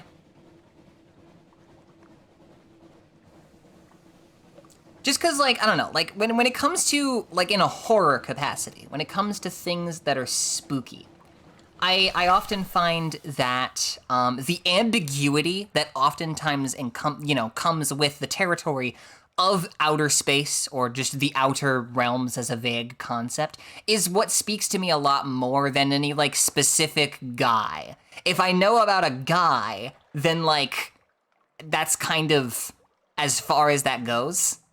So I can't really name anything specific because to me the specificity kind of takes away from the spookiness. You need to be like reinventing it in order to really bring back the spook factor, I think. Okay, Khan's Heart, London's rival. An oasis of light in the street on the salt black wastes. Canals thread the painted city. Street lamps glow and water taxis putter. Seek a commercial license. The Kongians dislike merchants and they dislike foreigners. Foreign merchants induced paroxysms of antipathy. Perhaps sufficient bribes will buy your way into the Nephrite Quarter. Hire crew. Wander Khan's Heart. Purchase fuel at an outrageous price. Pay a storyteller. Gather a report. As Kongian suspicions increases, this action becomes more difficult. If you have an intelligence network here, it's easier. The Khanate generally assumes that all foreigners are spies or worse. It would be a shame to disappoint them, but it might be dangerous to prove them right.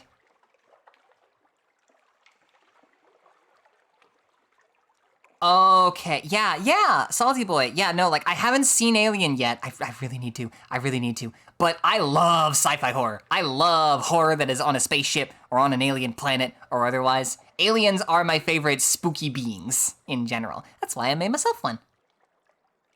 Okay, Veil's quality gives you a 45% chance of success. Sure. Oh, I succeeded. Rivalry between the Leopard and Eagle clans. The concerns about the Chelinate raids. Some appalling gossip about the Traitor Empress back in London. Perhaps you shouldn't write that last one down. And move on quickly. That fellow in the corner has an informer's look. Seek a commercial license. Surfacer? But the Kongians have been generations underground, and to them all Londons are surfacers. It seems you need to go to Khan's Glory, the nearby palaces of the nobility, to seek a license. You should see. I know I should. The thing with me and movies. Let me shove off here. The thing about me and movies is that I oftentimes struggle to find the motivation to to actually watch them unless I am in company. And it's probably an ADHD thing. It's probably just because I struggle to pay attention and give the movie the attention that it really needs for me to enjoy it. But Alien is one of those movies that, I really want to watch, and that I might want to watch enough for me to feel alright watching it alone, you know?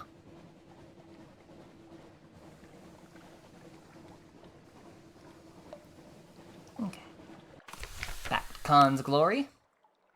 So now, we offer a gift to the Leopard. You meet with an effusive official in a room of blue glass and pierced porcelain. You supply the customary compliments and courtesies, while he nods complacently. Finally, you present a sample of the coffee. The official suddenly comes awake, inhales the scents of the coffee, glances regretfully at the porcelain screen behind him. A watcher? He bows to you 3 times, and sends you on your way. Ah, okay.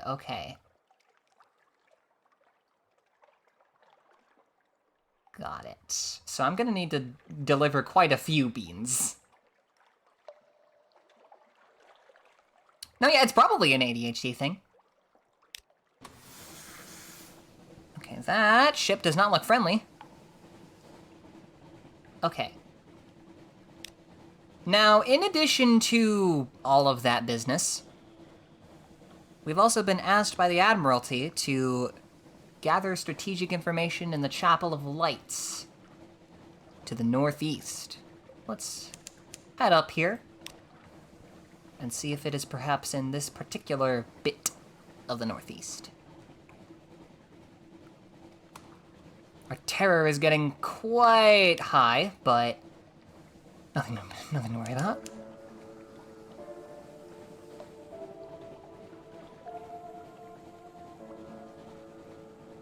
Actually, quite a bit to worry about, but that's for later.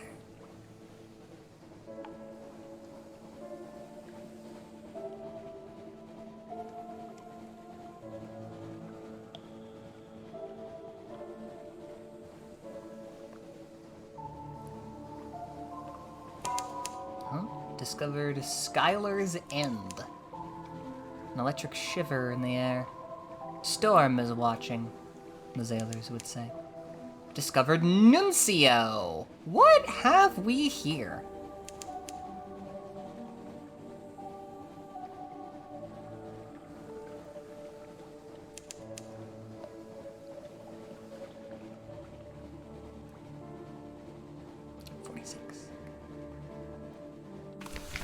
Do not return, sender. Taciturn functionaries walk the docks in the uniforms of postmen. An enormous crowned statue casts a chilling shadow. That one, that's the one. The shadows gleam with rat's eyes. Their ceaseless chittering rolls like the tide. Assemble a port report. You may not be very familiar with the locals yet, but you can provide a preliminary overview. There's the statue in the middle of the island. That's hard to miss. There's the way everyone wears a uniform and the way they call each other by their ranks in the postal service. There's the way the port authorities refer to regulations. There's the jargon, the curious habit of referring to any used-up thing as cancelled, as though the whole world were made of stamps. You write about vestigial bureaucracy and about trappings of order, restrained far from home. Go to the Postman's Tavern, the Inky Blotter, it's called. The sign doesn't look like much. Faces turn in your direction, but no one seems surprised to have a new arrival on the island.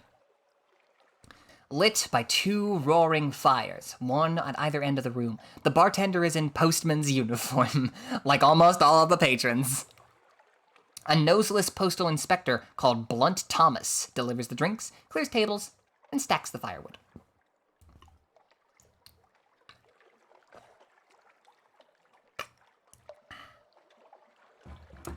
Ask about that big statue in the center of the island.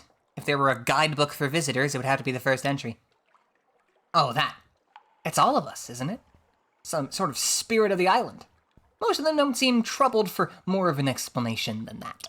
Though the hairless postwoman tells you that it didn't always look like a fallen London postman at all. That it used to have a different face. And a more old-fashioned outfit. Listen in on postal tall tales. Fishermen brag about fish that got away. Postmen brag about hard deliveries. Delicate bottles lowered down chimneys on a rope. Do not fold under any circumstance. Letters curled through a narrow slot. Rattling, groaning crates brought back to the same address every day for 22 days running. The windows they pried open, the servants they bribed, the delivery surcharges they paid out of their own salaries just to get rid of one more packet. It is hard to tell which they hate more, the senders of mail or the recipients. Stands to reason, if the message was a welcome one, they'd rather tell the other fellow in person, reflects the hairless postwoman. Ask why the local currency consists of rats. 2 strings of rats for a pint of ale, 3 strings for wine, 5 for the tolerable brandy under the bar. The hairless postwoman at the end of the bar smiles mirthlessly, or maybe it's just a lack of eyebrows that does it. Long enough carrying the things around, you get into the habit, she says. Then she tells you that if you stay out late enough, you'll see some of the postmen making a procession to the center of the island, stringing up rats around the statue like Yuletide decorations, in prayer to an ancient deity of this place. From the coughing and choking elsewhere in the pub, you guess this is a story they often tell the newcomers. Ask why the hairless postwoman is hairless. Legacy of some interesting explosive package, maybe? No, she says, curt, not pleased you asked. Still had eyebrows when I came to Nuncio. The postman at the next bench diverts you, speaking in a low voice. Lots of people find habits when they can't deliver the post anymore. This one has a plucking habit. Best learn not to notice. You glance up. The hairless postwoman is still glaring at you. Ask how they occupy themselves all day. There must be more than this. Big building, center of town, hard to miss. You can work there too if you want. It's not clear whether this is a generous offer or a threat. Good. Try a shift at the dead letter office. There's a sign of a canceled stamp over the door. Blunt Thomas takes you around the office, a small collection room where those retrieving letters may state their business. A much larger set of back offices where newly arrived letters and parcels are collected and sorted. A dank, briny smell that never goes away, presumably because there are so many of the parcels spent time in the water before they arrived here. In the back room is a machine ratted by a postal rat. A rat is Faber in a pinstriped hat. It shovels damp, sludge-damp letters into the machine's hopper, and they come out dried, cleaned, pressed, and sorted into slots by size and quality of paper. Oh, look at this guy! One has various possible occupations here. None could be described as fast-paced. Make a study of what goes on in the back room, man the collections window, converse with the postal rat, ask for a key to the basements, claim a respectable envelope from the dead letter selection. 70% chance of success. The machinery does look interesting. Oh, but we failed. The postal rat explains its activities willingly. What he says would doubtless be most stimulating to anyone with a taste for gears and finely extruded wires, but you follow very little. Converse with the postal rat. The postal rat has a pair of spectacles on and is relettering the front of a water-damaged envelope, working over the original letters with a tiny brush and ink pot. The repairs are likely to take most of the afternoon. I like to think of myself as being in the resurrection business, he says, stopping to look at you seriously for a minute. Where circumstances permit, taking the dead letters and making them alive again. Doesn't often work, but when it does, a miracle. Skaven, yep, Ratus Fabers. They're little rat people. Like, they're little rat people. Like, maybe about a foot tall. Oh. Do you like having sticky hands? Asks the postal rat. Most of them, they have sticky hands. I can't wait to clean them. Yes? For a postman, an undeliverable parcel is sticky hands. Bothers you till it's fixed. The longer you serve in the post office, the worse it feels. Delivering a letter correctly is good, so not delivering it is bad. The unclean feeling gets too strong, and they come here.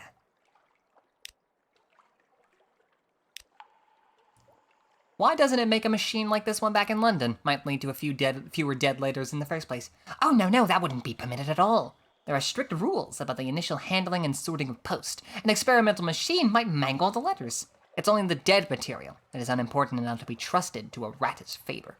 His voice isn't bitter, but he twists a coil so hard that it springs sideways off of the machine, pings off your shoe. And now we can ask the postal rat for a key to the basements. Surely you can be trusted. He's surprised by the request. Most postmen don't like it down there. No one ever asks for a key, but I'll cut you a new one. Just be careful in there, and come out if you start to feel wrong. You had expected a few shelves of supplies, more files of letters a few years older? No, it is a pit, so deep that lantern light does not show the bottom. A spiral walkway descends along its wall, and that spiral opens wider as it goes, as if you were looking through the narrow end of a very large shell. Lining this wall are shelves and nooks, unevenly sized. Some are only a few inches square and contain single scrolls of papyrus. Others support crates bigger than coffins. They're made of a woody fungus, grown to meet requirements. There are no marks of carpentry or any of the postal rat's handiwork. 3 turns down the spiral, and you feel you can't breathe. Time to leave. You can come back later. Maybe. Oh, we gained 5 terror. That's not good. Talk to the postal rat about your basement findings. They say that's been there since before we came. Before there were Londoners underneath. Before there was a dead letter office. It was someone else. And they built the last layer on top of what was there before, and so on. When you press him a little further, he says, I've been down there. Didn't like it much, but I wanted to test my machine. Thought if it could handle some of the very old dead letters, that'd be a good sign, you know? Evidence the machine was in good working order, good strong sorting categories, and so forth. He pauses. Those letters down there that set your hair on fire if you so much as look at them. See the bald patch on my left leg? That wasn't a machine accident, oh no. That singed right off as soon as I put my nose into one of them letters. Gained a tale of terror and an extraordinary implication. Descend into the basement with me. Ooh. Descend into the basement with flame. Okay, foxfire candles and a flare, huh? I wonder if the tavern has anything different to say. Oh, ask to borrow a uniform. If you are to fit in here, you'll need one. They're polite, even apologetic about your request. You're welcome here, and welcome to take shifts at the Dead Letter office, but you cannot wear the uniform unless you are a postal employee back in fallen London. Regulations. Blunt Thomas lets you have a look at his uniform jacket, at least. Neat stitching, gilded buttons, a thin but dignified circle of braid at the collar. Inside, a patch that goes over the heart, stitched with 6 red letters. You can't read it. It makes your eyes itch and your scalp feel like burning. Trade war stories about your shift work. The parcels you've weighed and entered in logbooks, the things that oozed out of them. The postmen are delighted by your incredulity and shock. A civilian finally understanding the full horror of the post. They have stories even worse than those, let me tell you. Hang on a moment, Postmaster Scritch. We've all heard your rubbery lump story already. It's nothing to the Tomb Colony pickles. Pickled what is what I want to know. What about that soothing copper crate and how we had to scrape the bits off of masonry? Do you remember? The night runs late. I love these guys. Talk about the caverns below the dead letter office. You don't get far into your question before the hairless postwoman stands up and goes over to the fire, holding herself tightly. She is whispering. Nothing coherent. Fire. Clean. Smooth. Down to the bone. No excuse. Smooth, smooth. Little black hairs. Still your full tongue, says Blunt Thomas. Do this again to regain the... Okay. Explore along the beach.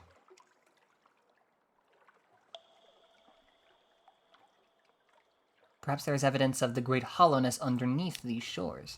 Striking the ground causes the stones to shift and rattle. It is hard at first to hear anything more than that, but if you try long enough and strike hard enough, the whole beach shivers like the surface of a drum. The flotsam letters quiver and align themselves in concentric circles around the point of impact. Excuse me. The next wave brings a soar 3 or 4 times the usual freight. Okay, so not much to do here. Collect material for the dead letter office, perhaps? You make your way along the shore with a big sack. Many of the envelopes are too damp to read, their addresses permanently lost. But a surprising number are still legible. There are also parcels. Here and there is a crate, a message in a wine bottle, a sealed casp that is bobbed out of a shipwreck. Your sack ought to get heavy with all these contents, but it pulls upwards and away, straining inland towards the dead letter office like an unmanageable dog. Okay, let's feed your undeliverable letters into the sorting machine. After prolonged whirring, the machine begins to distribute 7 invitations edged in gilt into the correspondence of the aristocracy slot, 2 oversized parcels, probably containing books, into the books tray, 1 stamped bronze tablet that drops with a clang into a bin marked First City. The postal rat watches all this with an air of satisfaction. Okay. Delightful little place. Unfortunate that our terror has increased, but we'll get used to that. So let's head back up north. I'm gonna come back here with those candles and that flare. Well, let's head back up north to see what is up in the north. Maybe see if we can find that Chapel of Lights. If so, we can do what the Admiralty has commissioned us for. If not, we just take note of what is there and head back down to London. Excuse me. Going this way now, Who goes there? It's a pirate ship.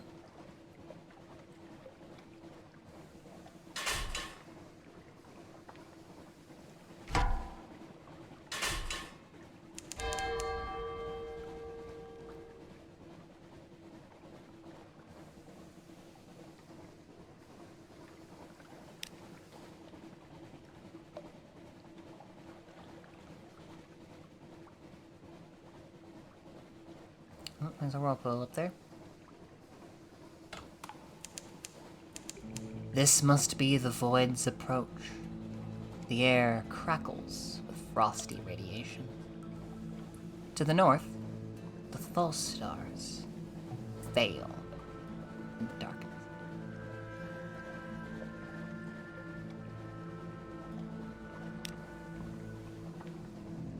In the north,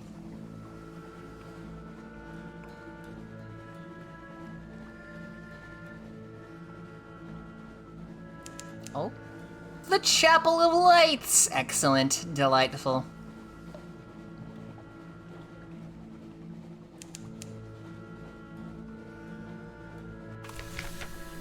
Furtive faithful gather in the shadows between the many, many candles.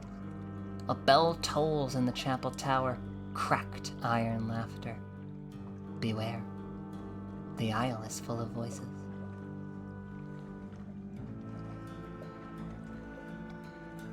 First, collect the information you were sent for. The smiling priest is your contact. Speak to him. He beckons you closer. I know nothing of the movements of fleets, or cargoes, or army, he tells you. But your admiralty will learn the names of those who came here, and what they did. Let me whisper it in your ear.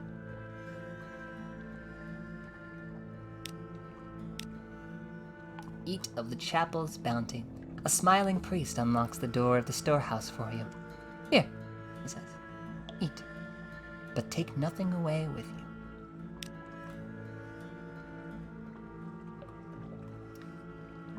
They have shark steaks plucked from the sea, thin slices of cavern tuna, translucent and delicate as paper, little crimson cakes flavored with cinnamon and coated with poppy seeds, deviled pork kidneys on crusty bread. Gorge yourself. Leave with the juices dripping from your chin. We have lost our hunger and now have one menaces, unaccountably peckish. You have the cannibal taint.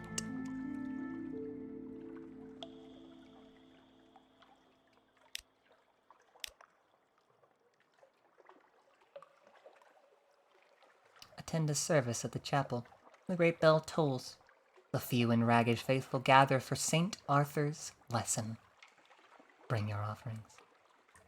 5 supplies? I don't got 5 supplies, I'm afraid. Later, perhaps. Gather intelligence. What occurs here between the darkness and the light? A smiling priest in a red cassock tends the chapel. The congregation are shy of light. They come and go in little ships, and it's strangely difficult to count them. Perhaps some of them are imaginary. Still, you know the name of a ship or two. So. Delightful. Utterly delightful. And what, I find myself asking, lies further to the north? Ooh. Beneath the cavern that holds the Untersee is prowled by dreams. There's a story that it was once the skull of a dead god. Perhaps that would explain it. I'm just gonna leave that be. Oh. The avid horizon.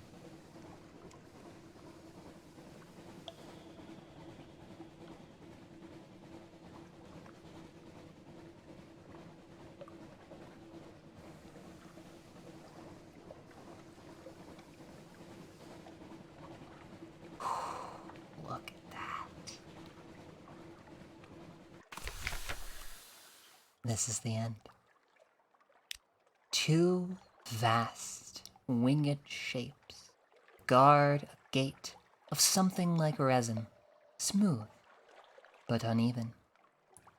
It is deep gant, the color that remains when all other colors have been eaten.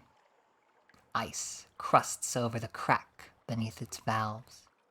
Approach, and your breath freezes, falls tinkling in shards from the air. It would be utterly foolish to touch the thing. A merciless wind blows from everywhere to everywhere. It passes without effort through your bridge coat, your flesh, your lungs. The dock lies empty. Ooh, look into the stars. Stars float in the mirrored night of the waves. Watch them a while. These are real stars. They burn above the roof of the Neath, beyond the earth, in the spaces of heaven. Even so far away, even now, their eyes are on you. But here in the night under the world, you are safe. Safe! You return to your senses, gasping. Your hands are cold, numb. How long were you watching the star? Good. gather intelligence, such as there is to gather out here, where nothing moves. For the stillness is itself of interest to the Admiralty. It is not impossible someone foolish might attempt to open the gate. It is not inconceivable that it might open from the other side. And what then?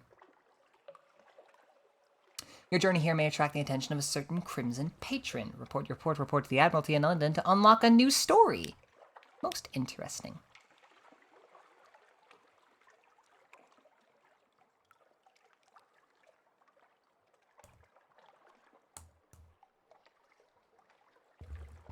So I think with this, it might actually be best if I was to end for now. We basically, all that we have left really is just a long journey back to London. I'm not planning on doing anything else. I don't think I quite have the fuel and supplies for it. And I'll do some more, I'll probably manage that terror a little bit. Actually, no. No. I will have you all join me for my journey to London. Just in case. The inner dramatist within me wanted to end with the journey to the Avid Horizon, but you know, I will stay my theatricism, and maybe something interesting will happen now that we have 68 terror. Nothing good, I imagine.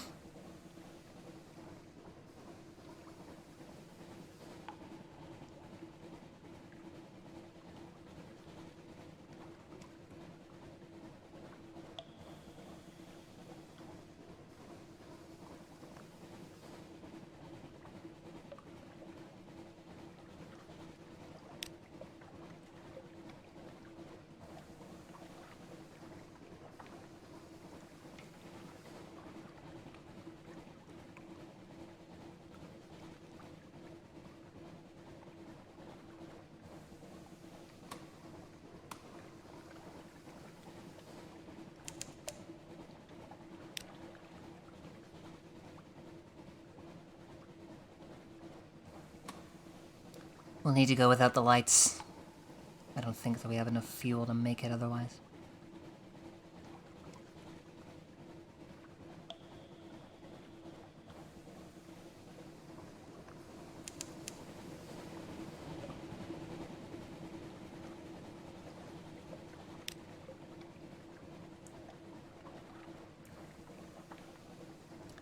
So, interesting thing about Nuncio that I feel is worth mentioning while we venture on. So there's this tradition in Fallen London, again the browser game that this game is based on, called Ratmas. It's like Christmas, but with rats. So the thing about Ratmas is that there was this one particular user who went by the username of Space Marine 9, and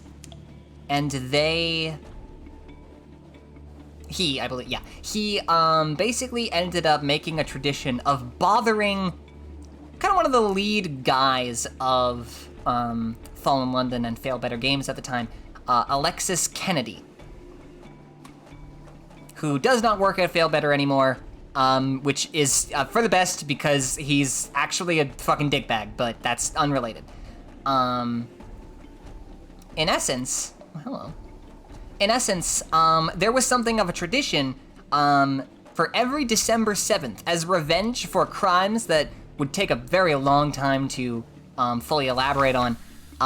Space Marine 9 gathered the denizens of Fallen London to send Alexis Kennedy just as many rats as possible. I think let's purchase another fuel just in case. But yeah, because there was an ability in that game to send other players just bundles of rats, just hundreds of the things.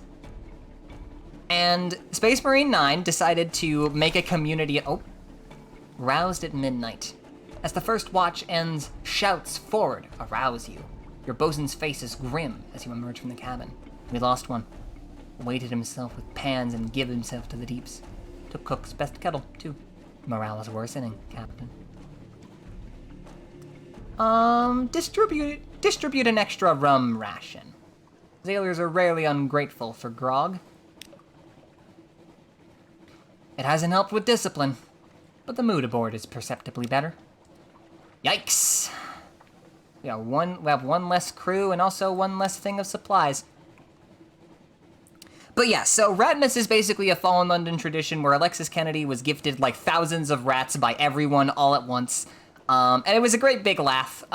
He actually, because, you know, he does the game and thus can do these kinds of things, he ended up giving himself a quality that basically made everyone unable to send him additional rats. But later, as part of another Ratmas celebration, this ended up being sabotaged by other employees at Failbetter who covertly removed the quality that made it people unable to send him rats from his account, so people could send him rats again.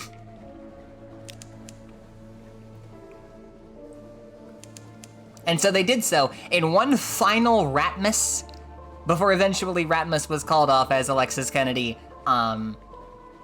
gave himself another quality to remove the ability to send him rats. And thus the whole thing was ended. But it's remarked upon as a wonderful little bit of community activity. And so Space Marine 9, and I believe someone else, I don't quite remember, but I know that Space Marine 9 was, offered to do a bit of writing for Sunless Sea. I believe he was actually interning at Failbetter at the time. And so he devised the island of Nuncio, with its postman, and where the currency is rats. Who the fuck? Oh, that. Yeah, that. Oh. Hello, Grius! Grius? Thank you anyways, regardless of my ability to pronounce your name. We are just heading back from London. We went up to the north. Not the north, but like this far north. We'll worry about the north later. Free the rats? What good have they ever done? Have you ever heard of a rat doing any good in the world? I don't think so.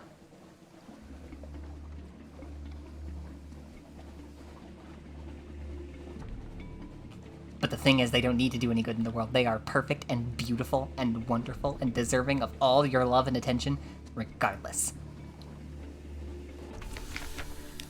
Shepherd Isles. Let's just compile a port report and be on our way. I'm not in much of a state to linger. Our terror is really not doing great. And our supplies are running incredibly low. And our fuel is not doing exceptional either. But luckily, we will be able to make it to London before any of that becomes a problem. Rats are indeed trash, and we do love some trash.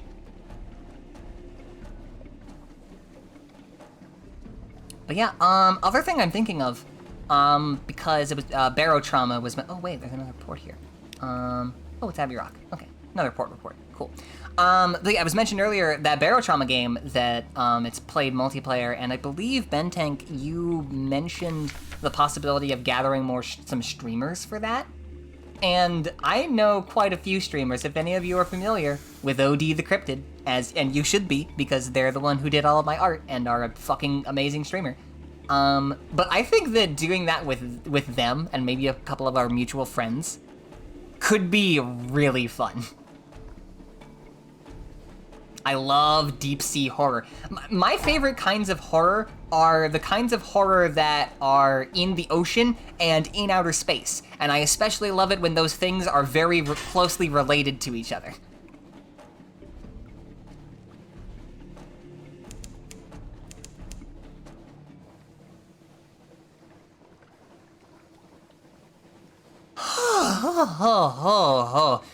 Perilous, but we made it just in time. We don't have that much money, though. We have almost no money, so I am a little bit concerned about our ability to restock, but that's a problem for future me to worry about.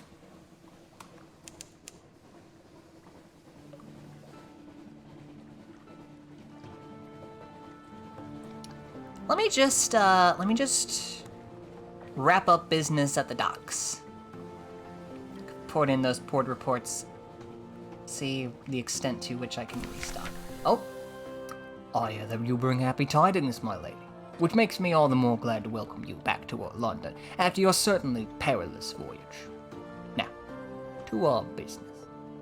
Relay the drowny's message. The bruiser listens and peels another orange. Ensure you have about 10 spaces in your cargo hold before... Oh, okay. Well, I can't choose anything else, so... The bruiser listens and peels another orange. Our once colleague is mistaken on several points, most notably that he is beyond consequence. I may not be an intellectual man, but I am occasionally imaginative. Regardless, I'm not one to hurt the messenger. These here crates are considerations for your service thus far. Unfortunately, our labors are incomplete. We must resort to a secondary scheme. I have heard of a once great poet who knows much about things that are presumed gone. He has fled himself to Khan's shadow in the east. Find him? I have included a little something among your payment to sate his appetites and pave your way. Okay, Revenue man, once again. As soon as the gangplank touches the quayside, the terrors of the deep sea lighten. Walk taller, smile more readily. But what dreams may cling? Okay, collect messages from the harbor master. All right. Whew, okay. Let us start, as always, with the admiral. What is your commission that you would like? From Wither? Oh, I've already been to Wither. I can do that for you. I can do that for you real quick. The stream has put me in an enjoyable, tranquil state. I see myself sleeping well. I'm very glad. I love this game for that. It is so delightfully calm and occasionally ghoulish. Okay. Port reports. Shepherd Isles. Abbey Rock. Nuncio. Ah, yes. The place that lures away postmen. One hears no end of complaints from the postal service. Canal. There's something about the Untersee that breeds heresy and dissent. I rather think we might need to send a Bishop of Southwark up for a good bit of Christian shouting. Okay. Ooh. Khan's heart. Been to the salt steppes, eh? Yes, this kind of material is always of interest. How a nation could be so barbarian and so decadent at once is beyond me, but they're terribly dangerous. Okay. Port Carnelian. The Fathom King's Hold. Khan's Shadow. Oh, these are always fun. Other officials gather round to hear your tales of bloodshed and debauchery, and the jokes about the Khan and that the Shadow produces so efficiently and so entertainingly. The one about the Khan and the donkey produces a roar of patriotic laughter and encourages the deputy recorder to unlock the departmental drinks cabinet. Good. Excellent. Wisdom. Okay. Should be everything with the Admiral. Now I believe I have another extraordinary implication, which I'm going to sell to you for more echoes. Then, I think there was something... I'll read the morning papers first. Wasn't there something I could do in my study? I don't remember thinking that. Oh, no.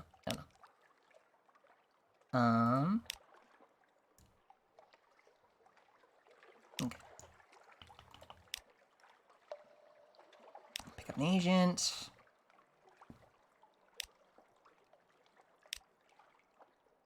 The atmosphere of Sunless Sea is great. Makes me wonder if Sunless Sky... I have not played Sunless Skies. And like, okay, so like Sunless Sea, this is my first time playing the game, this stream. But I have like, I do know about it. I did some wiki binges back in the day. Not enough to actually know what's going on. But enough to like know what is. And I've played Fallen London for a couple of years. I know nothing about Sunless Skies, and I'm very excited by that. Once I am done with this game, once I have streamed this game to satisfaction, I do have every intention of streaming Sunless Skies next. So be sure to stick around for that. Anyway, midnight. A presence dominates your lodgings. Its fur-trimmed robe is the red of blood on snow. Over your chair hangs a familiar brown sack, bulging with offerings. Londoners give generously to the crimson beast of winter. Anything to be rid of it. The figure stares into the fireplace, smelling of soft musk and harsh ammonia. I require a sturdy vessel and a captain. Yours comes recommended. You will suffice. Let's maybe... Mr. Sack's displeasure is a shiver in your bones. Next Christmas, it would be wise to be as far away from London as possible. Polythream is said to be at least terrible that time of year.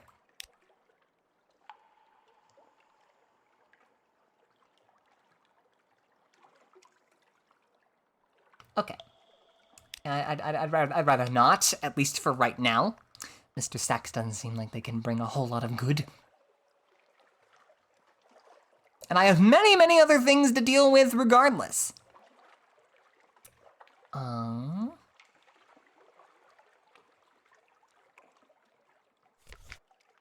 Okay, oh, we have so much fuel. We have so much fuel now.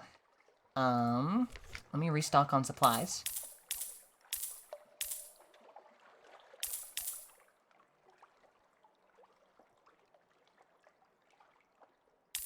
Yeah, that'll do. Okay, I have many things to consider now. We got the submarine. We're done, basically. So, we can go down there. We can meet with the... Let me check what's on my chart. We didn't have a Z story to give to the Fathom King, but we could do that and meet with him there. We do have some coffee trading that I probably need to go about doing. There's that element of dawn that so entices me that requires quite a bit of investment and also a way bigger ship. That's the thing. They need 50 supplies, and if we're going to be giving them 50 supplies, we need a bigger boat. Bigger boat is the top priority right now, but I need to figure out how to make more echoes so I can do that. I'm gonna see how the coffee trade pans out off camera, and yeah. And then there's also the delivering beans to Khan's Glory, and delivering that and getting the merchant license so that we can buy the spider silk and the romantic literature, bring it back to Fallen London, and yeah. Okay, all right. And then there's also the Nuncio business where we can bring candles over, and the Chapel of Lights where we can attend a sermon. Should we provide? Very interested in that. I have many things to consider, and I think that this is the best time to end things so that I may have plenty of time to consider them. So for now, it is time for me to, as is tradition, figure out who to throw you all at. And also, I do want to say, thank you a lot for all of you guys who have newly followed, should any of you still remain. I'm gonna be doing a lot more stuff soon. And there's also a collab coming up next week with the aforementioned OD the Cryptid. I haven't announced it or anything because I'm planning on announcing it with my schedule, but look forward to that. It's gonna be a good time. But for now, who is around? Wink is around. Let's go pile into Wink's channel. Wink is an absolute delight, and they are playing The Long Drive. I don't know what this is. What is this?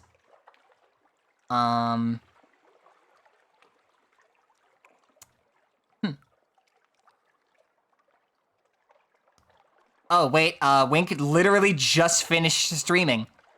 Lamal? Cool, cool, cool. Let us actually drop into Alice T. Bat's stream. She is currently playing Silent Hill 3, so anyone who wants to stick around for even more spooky vibes, feel free to join me.